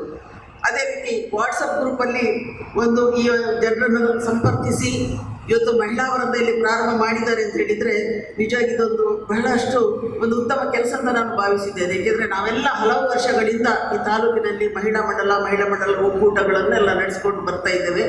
ಗ್ರಾಮೀಣ ಮಹಿಳೆಯರು ಮಾತ್ರ ಇದರಲ್ಲಿ ಭಾಗವಹಿಸ್ತಾ ಇದ್ದರು. ಆದರೆ ಇತ್ತೀಚೆಗೆ ಕೆಲಸದ ಒತ್ತಡದಿಂದ ಇರ್ಬೋದು, ಅವರ ವೈಯಕ್ತಿಕ ಸಮಸ್ಯೆಯಿಂದಾಗಿ ಬಹಳಷ್ಟು ಕಡೆ ನಮ್ಮ ಈ ಮಹಿಳಾ ಮಂಡಲಗಳು ಇವತ್ತು ನಿಷ್ಕ್ರಿಯವಾಗಿದ್ದಾವೆ. ಆದರೆ ತಾಲೂಕಿನಲ್ಲಿ ಈಗಾಗಲೇ ಶಾಂತ ಬಂಗೇರವರು ಹೇಳಿದಾಗೆ ನಾವು ಮಹಿಳಾ ಮಂಡಲಗಳ ಒಕ್ಕೂಟ ನಾವು ಸುಮಾರು 36 ವರ್ಷಗಳಿಂದ ನಿರಂತರವಾಗಿ ಇದನ್ನು ನಡೆಸಿಕೊಂಡು ಬರ್ತಾ ಇದ್ದೇವೆ. ನಮ್ಮಲ್ಲಿ ಮೇಡಮ್ ಹೇಳಿದಾಗೆ ಈ 10 ಜಡೆ ಒಟ್ಟು ಸೇರಿಸಲಿಕ್ಕೆ ಸಾಧ್ಯ ಇಲ್ಲ ಅಂತ ಹೇಳುವಂಥ ಮಾತಿಗೆ ವ್ಯತಿರಿಕ್ತವಾಗಿ ನಾವು ಉತ್ತಮ ರೀತಿಯ ಬಾಂಧವ್ಯವನ್ನು ಪ್ರತಿ ಮಹಿಳೆಯರಲ್ಲಿ ನಾವು ಇಟ್ಟುಕೊಂಡು ಇದನ್ನು ನಿರಂತರವಾಗಿ ನಡೆಸಿಕೊಂಡು ಬರ್ತಾ ಇದ್ದೇವೆ. ಮತ್ತೆ ಈಗಾಗಲೇ ಇವರು ಹೇಳಿದಾಗೆ ಈ ವಾಟ್ಸಪ್ ಗ್ರೂಪ್ ಬಹುಶಃ ನಮ್ಮಂಥವ್ರು ಸ್ವಲ್ಪ ಔಟ್ಡೇಟೆಡ್, ನಮಗೆ ಅದರ ಬಗ್ಗೆ ಹೆಚ್ಚಿನ ಒಂದು ಮಾಹಿತಿ ಇಲ್ಲ ನಾವು. ಆದರೆ ಈಗಿನವರಿಗೆ ಇದು ಒಂದು ಒಳ್ಳೆಯ ಸಂದರ್ಭ ಅಂತ ನಾನು ಭಾವಿಸಿದ್ದೇನೆ. ಏಕೆಂದರೆ ಪ್ರತಿಯೊಬ್ಬರಲ್ಲಿ ಇವತ್ತು ಮೊಬೈಲ್ ಇದೆ, ಪ್ರತಿಯೊಬ್ಬರು ಒಬ್ಬರನ್ನು ಸಂಪರ್ಕ ಮಾಡೋದು ಈ ವಾಟ್ಸಪ್ ಗ್ರೂಪ್ಗಳ ಮೂಲಕ. ಅದನ್ನು ಸದ್ವಿನಿಯೋಗ ಮಾಡಿಕೊಂಡಾಗಿ ಇವತ್ತು ಇಂಥ ಉತ್ತಮ ಕೆಲಸ ಮಾಡಲಿಕ್ಕೆ ಸಾಧ್ಯ ಆಯಿತು ಅಂತ ನಾನು ಭಾವಿಸಿದ್ದೇನೆ. ಶುಭ ಅವರು ಬಹುಶಃ ಇದರಲ್ಲಿ ಬಹಳ ಒಂದು ನಿಸಿಮರು ಮತ್ತು ಅವರು ಕೊಡುಗೈ ದಾನಿಗಳು. ಯಾಕಂದರೆ ನನ್ನ ಗ್ರಾಮದಲ್ಲಿ ನನ್ನ ಒಂದು ಮಹಿಳಾ ಮಂಡಲ ಸುಮಾರು 36 ವರ್ಷಗಳಿಂದ ನಡೆಸ್ತಕ್ಕಂಥ ಮಹಿಳಾ ಮಂಡಲ, ಅದರಲ್ಲಿ ನಾವು ಇತ್ತೀಚೆಗೆ 4-5 ವರ್ಷಗಳಿಂದ ಈಚೆ ಬಡವರ ಮಕ್ಕಳಿಗೆ ಪಾಲನೆ ಪೋಷಣೆ ಕೇಂದ್ರ ನಡೆಸ್ತಾ ಇದ್ದೆವು. ಪ್ರತಿಯೊಂದು ಸಮಾಜದ ಕೊಡುಗೆಯಿಂದೇ ನಾವು ನಡೆಸ್ಕೊಂಡು ಬರ್ತಾ ಇದ್ದೆವು. 21 ಮಕ್ಕಳನ್ನು ನಾವು ಶಾಲೆಗೆ ಕಳಿಸೋದು, ಅವರೆಲ್ಲ ಖರ್ಚು ವೆಚ್ಚಗಳನ್ನು ನಾವೇ ನೋಡ್ತಾ ಇದ್ದೇವೆ. ಅಂತ ಸಂದರ್ಭದಲ್ಲಿ ಅವರು ನಮಗೂ ಸಾಕಷ್ಟು ಬಾರಿ ಸಹಾಯವನ್ನು ನೀಡಿದಂಥವರು. ಇವತ್ತು ಅವರು ನಮ್ಮ ಮಹಿಳಾ ಮಂಡಲ ಒಕ್ಕೂಟದ ಸದಸ್ಯರುವುದು. ಅದೇ ರೀತಿ ಪುಷ್ಪಾವತಿ ಮೇಡಮ್ ಅವರನ್ನು ಈ ಸಂದರ್ಭದಲ್ಲಿ ನಾನು ನಮ್ಮೆಲ್ಲರ ಪರವಾಗಿ ಅವರಿಗೆ ನಾನು ಅಭಿನಂದನೆ ಸಲ್ಲಿಸ್ತೇನೆ. ಏಕೆಂದರೆ ಅವರು ಇಷ್ಟು ಹಲವಾರು ಸಂದರ್ಭದಲ್ಲಿ ಅವರು ಗ್ರಾಮ ಪಂಚಾಯತ್ ಸದಸ್ಯರಾಗಿ ಆಯ್ಕೆಯಾಗಿದ್ದರು, ಉಪಾಧ್ಯಕ್ಷರಾಗಿದ್ದರು ಕಳಿಸದೆ ಬಂದು. ಈಗ ಪ್ರಪ್ರಥಮ ಬಾರಿಗೆ ಒಬ್ಬರು ಮಹಿಳೆ ಇಲ್ಲಿ ಅಧ್ಯಕ್ಷರಾಗಿದ್ದಾರೆ. ಅವರ ನೇತೃತ್ವದಲ್ಲಿ ಮಹಿಳಾ ಇಲ್ಲಿಯ ಒಂದು ಗ್ರಾಮ ಪಂಚಾಯತ್ ಉತ್ತಮ ರೀತಿಯಲ್ಲಿ ಕೆಲಸ ನಿರ್ವಹಿಸಿಕೊಂಡು ಬರಲಿ. ಅದೇ ರೀತಿ ಎಲ್ಲರೂ ಒಂದು ಮಹಿಳೆಯ ಕಾರ್ಯವನ್ನು ಶ್ಲಾಘಿಸುವಂಥ ಸಂದರ್ಭ ಕೂಡ ಬರಲಿ ಅಂತ ನಾನು ಅವರಿಗೆ ನಮ್ಮೆಲ್ಲರ ಪರವಾಗಿ ಶುಭವನ್ನು ಹಾರೈಸ್ತೇನೆ. ಅವರು ಕೂಡ ನಮ್ಮ ಮಹಿಳಾ ಮಂಡಲ ಒಕ್ಕೂಟದಲ್ಲಿ ಸದಸ್ಯರಾಗಿದ್ದರು.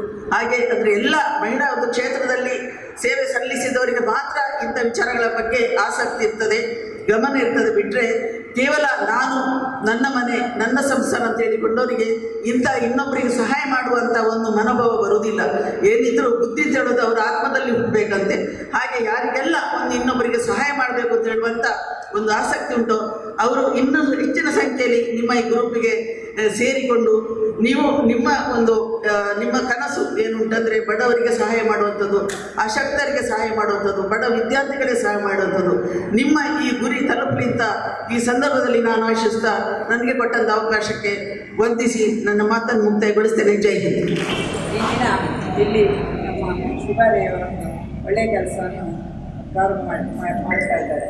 ಅಂದರೆ ಇಲ್ಲಿ ನಮ್ಮ ಉಜಿರೆಯಲ್ಲಿ ನಮ್ಮ ಒಂದು ನೆರೆ ಬಂಧನದಲ್ಲಿ ಹಾಗೂ ನಮ್ಮ ಕೋವಿಡ್ ಸಂದರ್ಭದಲ್ಲಿ ಇಲ್ಲಿ ನಮ್ಮ ಅನೇಕ ಸಂಘ ಸಂಸ್ಥೆಗಳು ಒಟ್ಟುಗೂಡಿ ಬದುಕು ತಂಡ ಹಾಗೆ ನಾಟಕ ಸೇವೆ ಸಮಿತಿ ಅವರೆಲ್ಲ ಒಳ್ಳೆಯ ಕೆಲಸ ಮಾಡಿಕೊಂಡು ಬಂದಿದ್ದಾರೆ. ಈಗ ನಮ್ಮ ಈ ಮಹಿಳೆಯರಿಂದಲೇ ಒಂದು ನೂತನ ಮಹಿಳೆಯರಿಗೆ ಹಾಗೂ ಆರೋಗ್ಯ ಮತ್ತು ರಕ್ಷಣಾ ವೈದ್ಯರು ನಾವು ಅವರಿಗೆ ಸಹಾಯ ಮಾಡುವಂಥ ಒಂದು ಉದ್ದೇಶವನ್ನು ಇಟ್ಟುಕೊಂಡು ಈ ಒಂದು ಮಹಿಳಾ ಸಂಘ ಉದ್ಘಾಟನೆ ಮಾಡಿದ್ದಾರೆ. ಇದರಲ್ಲಿ ಇರುವಂಥ ಎಲ್ಲ ಸದಸ್ಯರುಗಳು ನಾವೆಲ್ಲ ಒಂದೇ ಮನೆಯ ಸದಸ್ಯರು ತಿಳ್ಕೊಂಡು ನಾವು ಈ ಕಾರ್ಯಗಳನ್ನು ಮಾಡುವಲ್ಲಿ ಎಲ್ಲರೂ ಕೂಡ ಕೈ ಜೋಡಿಸುತ್ತಾ ನಮ್ಮಿಂದ ಆದಷ್ಟು ನಾವು ನಮ್ಮ ನೊಂದ ಹೃದಯಗಳಿಗೆ ಸಹಾಯ ಮಾಡೋದು ಹೇಳಿ ಈ ಸಂಘ ಉತ್ತಮವಾಗಿ ಬೆಳೆದು ಹೇಳಿ ಶುಭಾಶಯ. ಓಂ ಶ್ರೀ ಜನಾರ್ದನಾಯ ನಮಃ. ಓಂ ಶ್ರೀ ಮಂಜುನಾಥಾಯ ನಮಃ.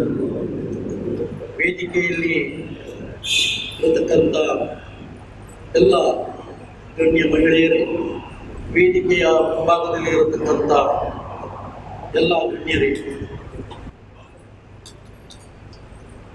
ಈ ಅಭಯ ಮಹಿಳಾ ವೃಂದ ಅಥವಾ ಈ ಅಭಯ ಅನ್ನುವಂಥ ಮಗು ಹೆರಿಗೆಯಾಗಿದೆ. ಇವತ್ತು ತೊಟ್ಟಿಲ ಶಾಸ್ತ್ರ ಮಗುವಿಗೆ ಹೆಸರಿಟ್ಟಿದ್ದಾರೆ ಅಭಯ ಅಂತ ಹೇಳಿಬಿಟ್ಟು. ಬಹಳಷ್ಟು ಸಂತೋಷ ಆಯಿತು. ಒಂದೇ ಒಂದು ಈ ಸಂದರ್ಭದಲ್ಲಿ ಕೊರತೆ ಎದ್ದು ಕಾಣುವಂಥದ್ದು ಮತ್ತು ನನ್ನ ಮನಸ್ಸಿನಲ್ಲಿ ಆಗಾಗ ಬರ್ತಾ ಇದ್ದದ್ದು, ನಾನು ಬರುವಾಗ 3 ಜನ ಪುರುಷರಿದ್ದದ್ದು, ಇವಾಗ ಏನೋ 1-2 ಸಂಖ್ಯೆ ಜಾಸ್ತಿ ಆಗಿದೆ. ಇದರ ಬಗ್ಗೆ ನನ್ನ ಹಿರಿಯರು, ನನ್ನ ಆತ್ಮೀಯರು ನಾನು ಉಜಿರೆಗೆ ಮಾತಾರ್ಪಣೆ ಮಾಡುವುದಕ್ಕೆ ಅವಕಾಶ ಮಾಡಿಕೊಟ್ಟು 28 ವರ್ಷಗಳಿಂದ ನಾನು ಉಜಿರೆಯಲ್ಲಿ ಕಳೆಯುವಾಗೆ ಮಾಡಿದ್ದು ಒಳಂಬರ ಲೋಕೇಶ್ವರಿ ವಿನಯಚಂದ್ರರು ಅವರು ಇದರ ಬಗ್ಗೆ 1-2 ಮಾತುಗಳನ್ನು ಇಲ್ಲಿ ಹೇಳಿದರು. ದಯವಿಟ್ಟು ಮುಂದಿನ ದಿವಸಗಳಲ್ಲಿ ಯಾವುದೇ ಒಂದು ಕಾರ್ಯಕ್ರಮ ಯಶಸ್ಸಿನಂತ ಹೋಗಬೇಕು ಅಂತಿದ್ರೆ ಮಹಿಳೆಯರೊಟ್ಟಿಗೆ ಪುರುಷರು ಇರಬೇಕಾಗ್ತಾರೆ, ಪುರುಷರೊಟ್ಟಿಗೆ ಮಹಿಳೆಯರು ಇರಬೇಕಾಗ್ತಾರೆ ಅಂತ ಹೇಳುತ್ತಾ ಬಹಳಷ್ಟು ಸಮಸ್ಯೆಗಳನ್ನು ಉಂಟು ಹಾಕುವುದು ಬಹಳಷ್ಟು ಸುಲಭ. ಆದರೆ ಆ ಸಮಸ್ಯೆಗಳನ್ನು ಬೆಳೆಸಿಕೊಂಡು ಹೋಗುವುದು ತುಂಬನೇ ಕಷ್ಟ. ಅದಕ್ಕೆ ಹೇಳಿದೆ ಮಗುವಿನ ಜನನ ಆಗಿದೆ ಅಂತೇಳಿ. ಮಗುವಿನ ಜನನ ಆದರೆ ಜನ್ಮ ಕೊಟ್ಟರೆ ಸಾಲದು, ಅದರ ಲಾಲನೆ ಪೋಷಣೆ ಉತ್ತಮ ರೀತಿಯಲ್ಲಿ 5 ಉತ್ತಮವಾದಂಥ ಸಂಪತ್ತುಗಳು: ಶಾರೀರಿಕ ಸಂಪತ್ತು, ಬೌದ್ಧಿಕ ಸಂಪತ್ತು, ಭಾವನಾತ್ಮಕ ಸಂಪತ್ತು, ಸಾಮಾಜಿಕ ಸಂಪತ್ತು, ನೈತಿಕ ಸಂಪತ್ತು. ಈ 5 ಸಂಪತ್ತುಗಳೊಂದಿಗೆ ಮಗುವನ್ನು ಸರಿಯಾದ ರೀತಿಯಲ್ಲಿ ಲಾಲನೆ ಪಾಲನೆ ಮಾಡಿಬಿಟ್ಟು ಈ ಸಮಾಜಕ್ಕೆ ಅರ್ಪಿಸಿದರೆ ಆ ಮಗುವಿನಿಂದ ಈ 5 ಸಂಪತ್ತುಗಳನ್ನು ನಮಗೆ ಪಡೀಲಿಕ್ಕೆ ಸಾಧ್ಯತೆ ಇದೆ.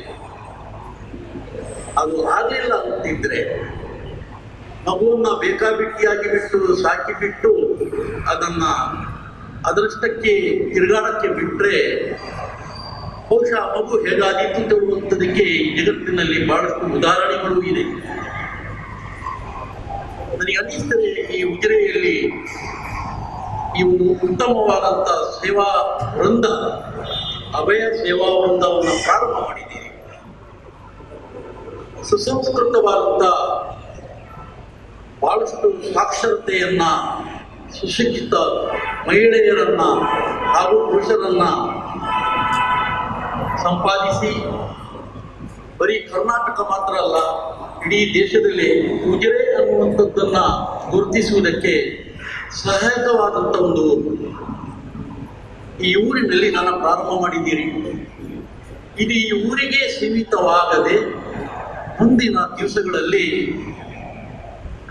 ಇದು ಇತರ ಊರುಗಳಿಗೆ, ಜಿಲ್ಲೆಗಳಿಗೆ, ರಾಜ್ಯಗಳಿಗೆ ಸಹ ಪಸರಿಸಿ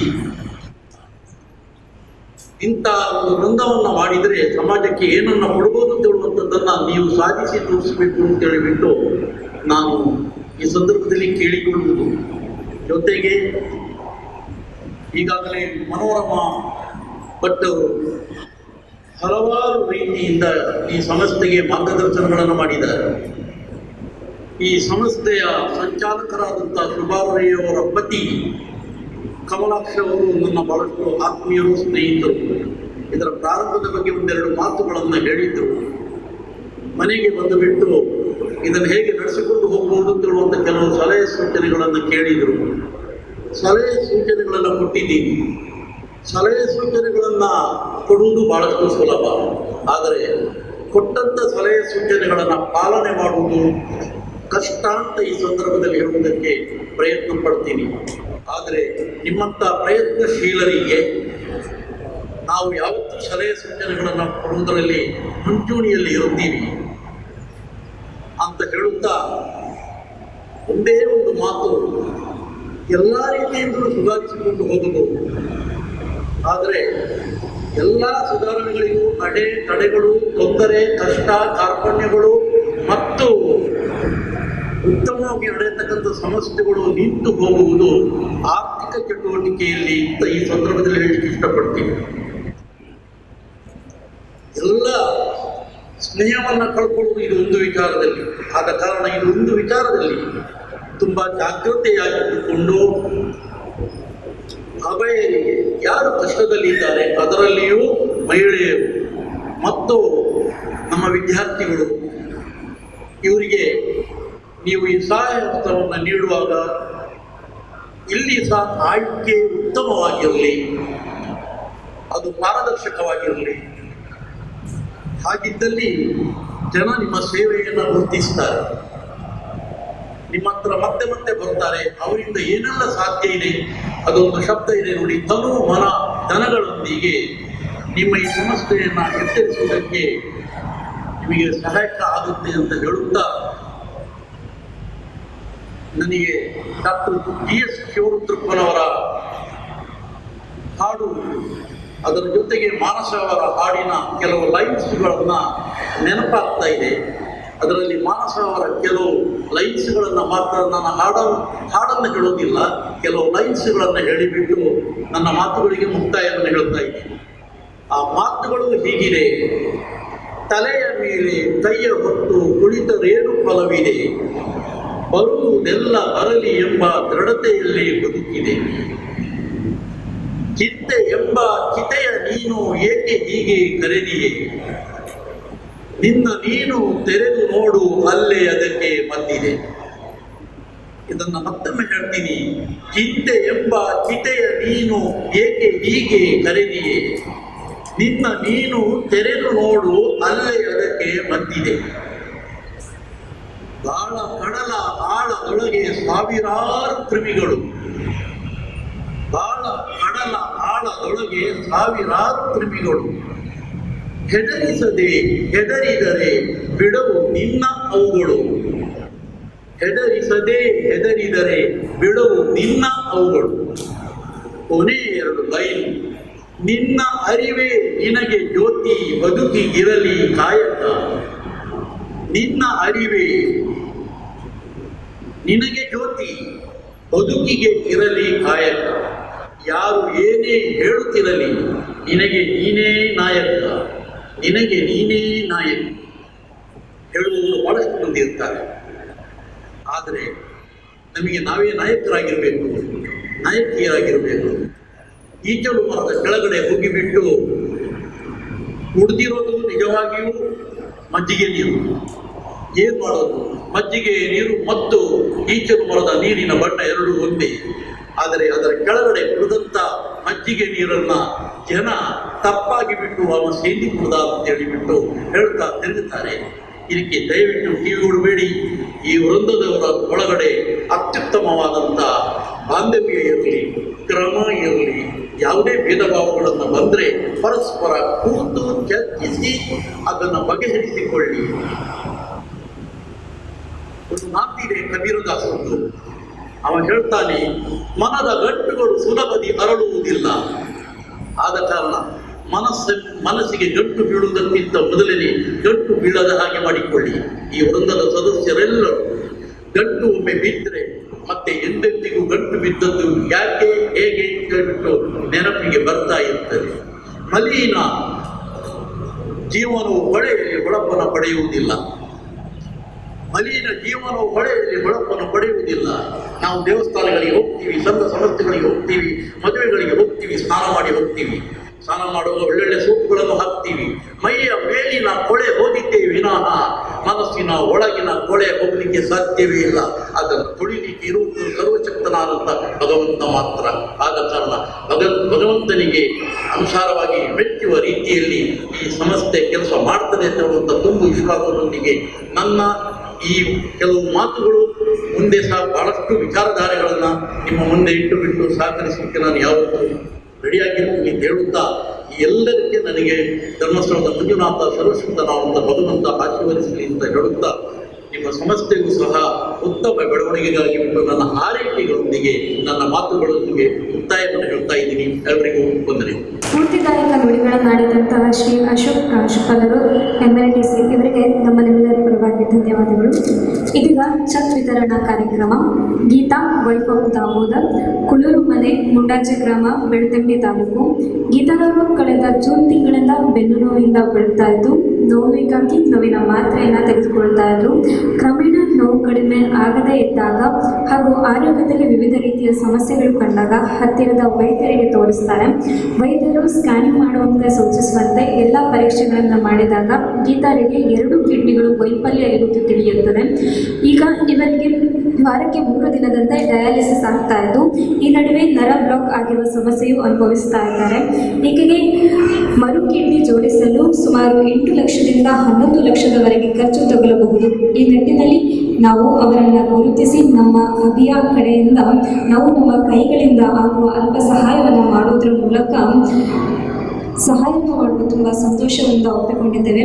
ಆದಷ್ಟು ಬೇಗ ಗೀತಾ ಅವರು ಕಿಡ್ನಿ ಮರುಜೋಡಣೆ ಕಾರ್ಯ ಆಗಲಿ, ಇನ್ನು ಉಳಿದವರ ಸಹಕಾರ ಅವರಿಗೆ ಸಿಗಲಿ ಮತ್ತು ಗುಣಮುಖರಾಗಲಿ, ನಿಮ್ಮೊಂದಿಗೆ ಸೇರಲಿ ಎಂದು ದೇವರಲ್ಲಿ ಪ್ರಾರ್ಥಿಸೋಣ.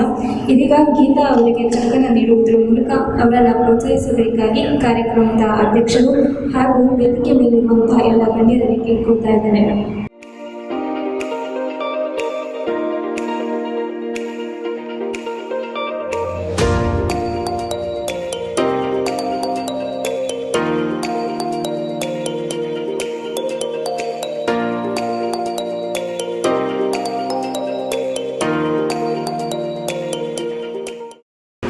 ಪರಮಪೂಜ್ಯ ಪಾವನರು ಹಾಗೂ ಶ್ರೀಮತಿ ಹೇಮಾವತಿಯವರ ಆಶೀರ್ವಾದವನ್ನು ಹೇಳುತ್ತಾ, ಇಲ್ಲಿ ಆಸೀನರಾಗಿರುವಂತಹ ಗೌರವಾನ್ವಿತ ಅತಿಥಿಗಳಿಗೆ ವಂದಿಸುತ್ತಾ, ನನ್ನೊಂದಿಗೆ ಕೈ ಜೋಡಿಸಿ ದೀಪಗಳಂತೆ ಪ್ರಜ್ವಲಿಸುತ್ತಿರುವ ನನ್ನ ಅಭಯ ತಂಡದ ಎಲ್ಲ ಸಹೋದರಿಯರಿಗೆ ಸಾಷ್ಟಾಂಗ ನಮಸ್ಕಾರವನ್ನು ಮಾಡುತ್ತಾ ನನ್ನ ಎರಡು ಮಾತುಗಳನ್ನು ನಾನು ಇಚ್ಛಿಸುತ್ತೇನೆ. ಜನಸೇವೆ ಜನಾರ್ದನ ಸೇವೆ ಎಂಬಂತೆ ನಾವು ಏನಾದರೂ ಈ ಸಮಾಜಕ್ಕೆ ಸೇವೆಯನ್ನು ಮಾಡಬೇಕೆಂಬ ನಿಟ್ಟಿನಲ್ಲಿ ಸೇರಿದ್ದೇವೆ. ಅದರಲ್ಲೂ ಈ ಮಹಿಳೆಯರನ್ನು ಒಗ್ಗೂಡಿಸಿ ಮಹಿಳೆಯರ ಕಣ್ಣೀರನ್ನು ಒರೆಸುವಂತಹ ಸಣ್ಣ ಕಾಯಕ ನಮ್ಮ ಕೈಗಳಿಂದ ಆಗಬೇಕು ಅನ್ನೋ ನಿಟ್ಟಿನಲ್ಲಿ ನಾವು ಇಲ್ಲಿ ಸೇರಿದ್ದೇವೆ. ಈ ಒಂದು ಪರಿಕಲ್ಪನೆ ನನ್ನಲ್ಲಿ ಒಂದು ಮನಸ್ಸಿನ ಮೂಲೆಯಲ್ಲಿ ಮೂಡಿತ್ತು. ಯಾವುದಕ್ಕೂ ಒಂದು ಕಾಲ ಕೂಡಿ ಬರಬೇಕು ಅಂತ ಹೇಳ್ತಾರೆ. ಹಾಗೆ ಇವತ್ತು ಈ ಉದ್ಘಾಟನೆಯ ಮೂಲಕ ಮುನ್ನುಡಿ ಬರೆಯುವಂತಹ ಒಂದು ಸಮಯ ಬಂದಿದೆ. ಮೊದಲನೇದಾಗಿ ನನ್ನೆಲ್ಲ ಆತ್ಮೀಯರಲ್ಲಿ ನಾನು ಹೇಳಿಕೊಂಡ ಪರಿ ಏನೆಂದರೆ, ನಾನು ಸಮಾಜಮುಖಿ ಕೆಲಸಗಳಲ್ಲಿ ಆಸಕ್ತರಾಗಿದ್ದೇನೆ. ನೀವು ಆಸಕ್ತರಾಗಿದ್ದರೆ ನನ್ನ ಜೊತೆ ಕೈ ಜೋಡಿಸಿ ಎಂದು ಕೇಳಿಕೊಂಡಾಗ ನಿಮ್ಮ ಕಡೆಯಿಂದ ಬಂದಂತಹ ಸ್ಪಂದನೆ ಅಭೂತಪೂರ್ವ. ನಾನು ಧನ್ಯೋಸ್ಮಿ.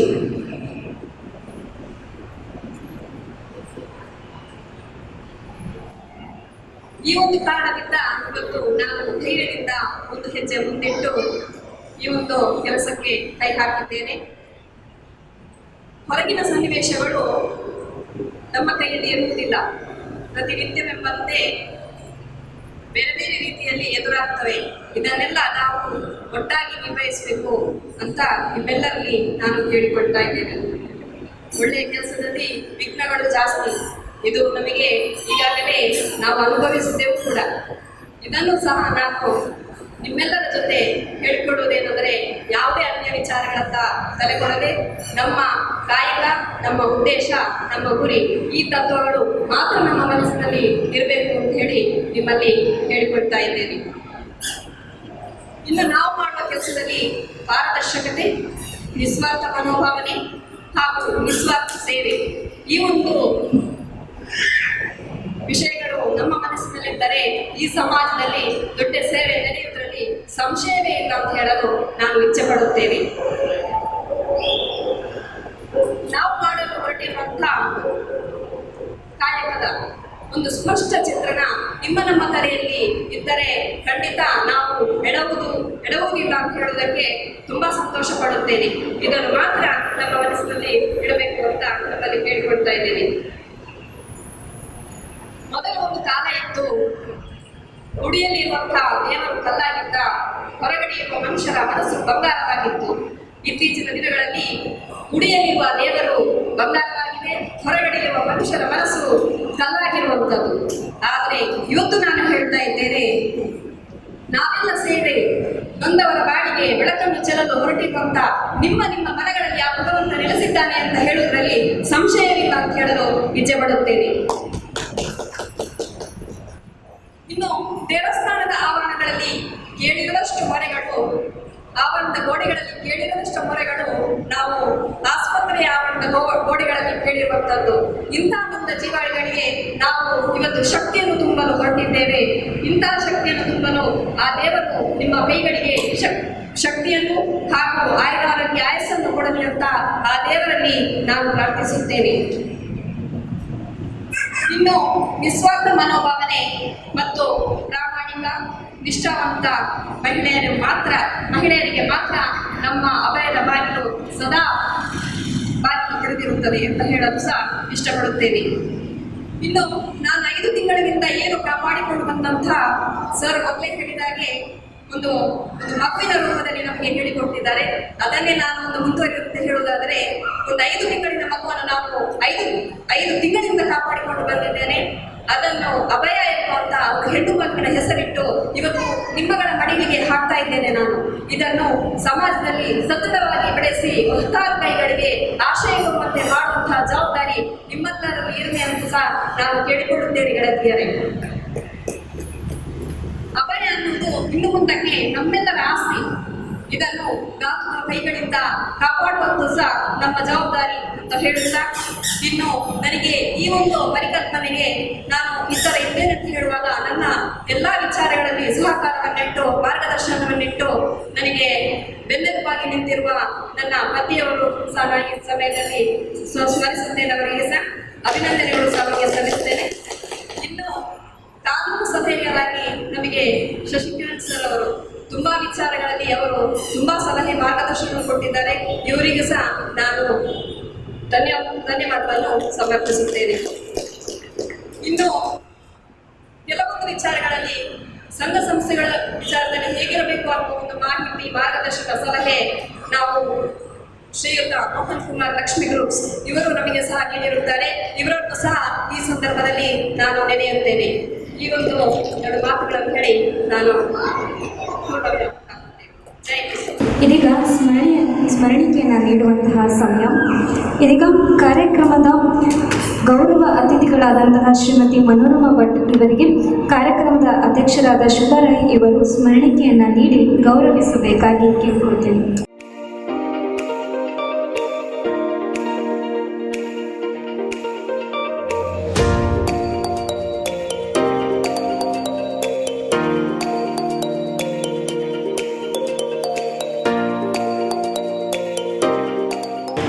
ಶ್ರೀಮತಿ ಶಾಂತಾ ಬಂಗೇರ್ ಇವರಿಗೂ ಕೂಡ ಸ್ಮರಣಿಕೆಯನ್ನು ನೀಡಿ ಗೌರವಿಸಬೇಕಾಗಿ ಕೇಳ್ಕೊಳ್ತೇನೆ.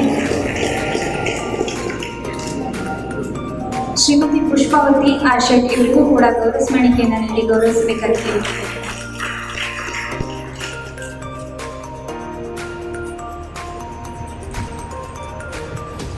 ಹಾಗೂ ಶ್ರೀ ಅಶೋಕ್ ಪ್ರಾಂಶುಪಾಲರು ಇವರಿಗೂ ಕೂಡ ಗೌರವ ಸ್ಮರಣಿಕೆಯನ್ನು ನೀಡಿ ಗೌರವಿಸಬೇಕಾಗಿ ಕೇಳ್ಕೊಳ್ತೇನೆ.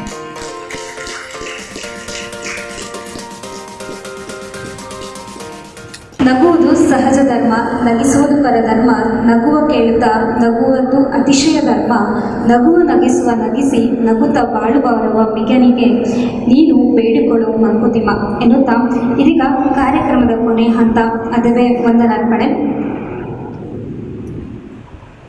ಈ ಕಾರ್ಯಕ್ರಮದ ಗೌರವ ಅತಿಥಿಯಾದ ಶ್ರೀಮತಿ ಮನೋರಮಾ ಭಟ್ ಇವರಿಗೆ ನಿಮ್ಮೆಲ್ಲರ ಪರವಾಗಿ ವಂದನೆಯನ್ನು ಹೇಳ್ತಾ ಇದ್ದಾರೆ.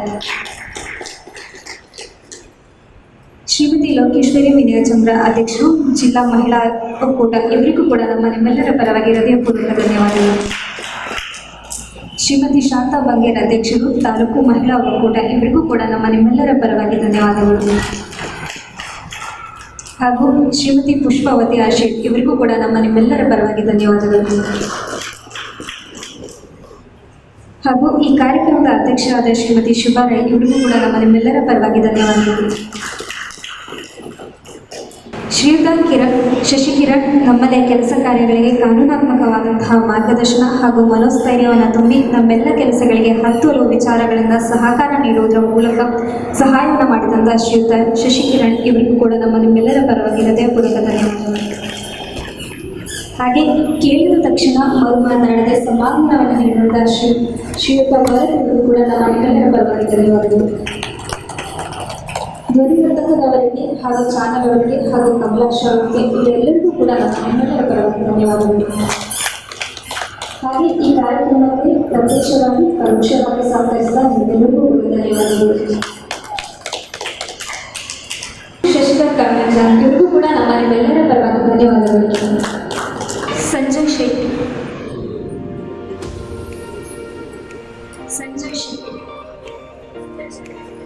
Sujay Shetty,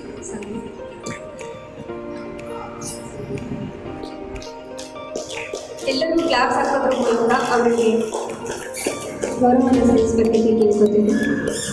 Shrimati Pranamya,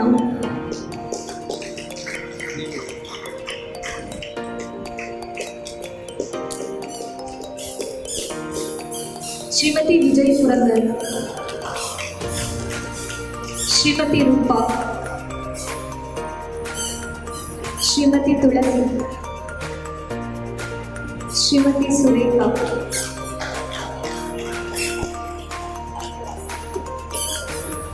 Shrimati Pushpa, Shrimati Rajani A, Shrimati Savitha Ramesh, Shrimati Pushpalatha, Shrimati Vanitha Shekhar, Shrimati Geetha Padmanabh, Shrimati Sundari C, Shrimati Bhavyashree, Shrimati Pramila, Shrimati Soumya, Shrimati Asha, Shrimati Vidya Yogish, Shrimati Gayathri Shridhar, Shrimati Vinod Subrahmanya, Shrimati Shini Thomas, Shrimati Swarna ಮುರಿತಾಯ, ಶ್ರೀಮತಿ ಕಾಂತಿ ಶ್ರೀಧರ್, ಶ್ರೀಮತಿ ಸುಮಲತಾ, ಶ್ರೀಮತಿ ಸುಮಿತ್ರಾ, ಶ್ರೀಮತಿ ರಾಣಿ, ಶ್ರೀಮತಿ ವೀಣಾ, ಶ್ರೀಮತಿ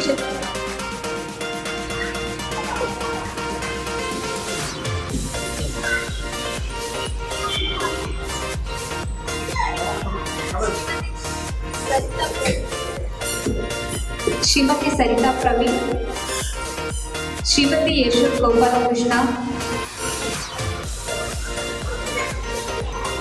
ಶ್ರೀಮತಿ ಬೇಬಿ ಉಮೇಶ್, ಶ್ರೀಮತಿ ಗೀತಾ ವಿನಾಯಕ್,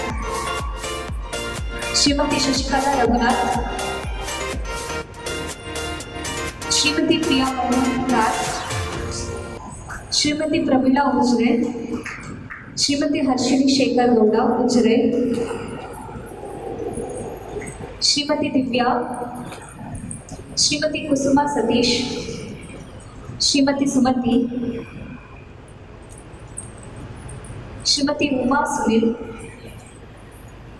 ಶ್ರೀಮತಿ ಆಶಾ,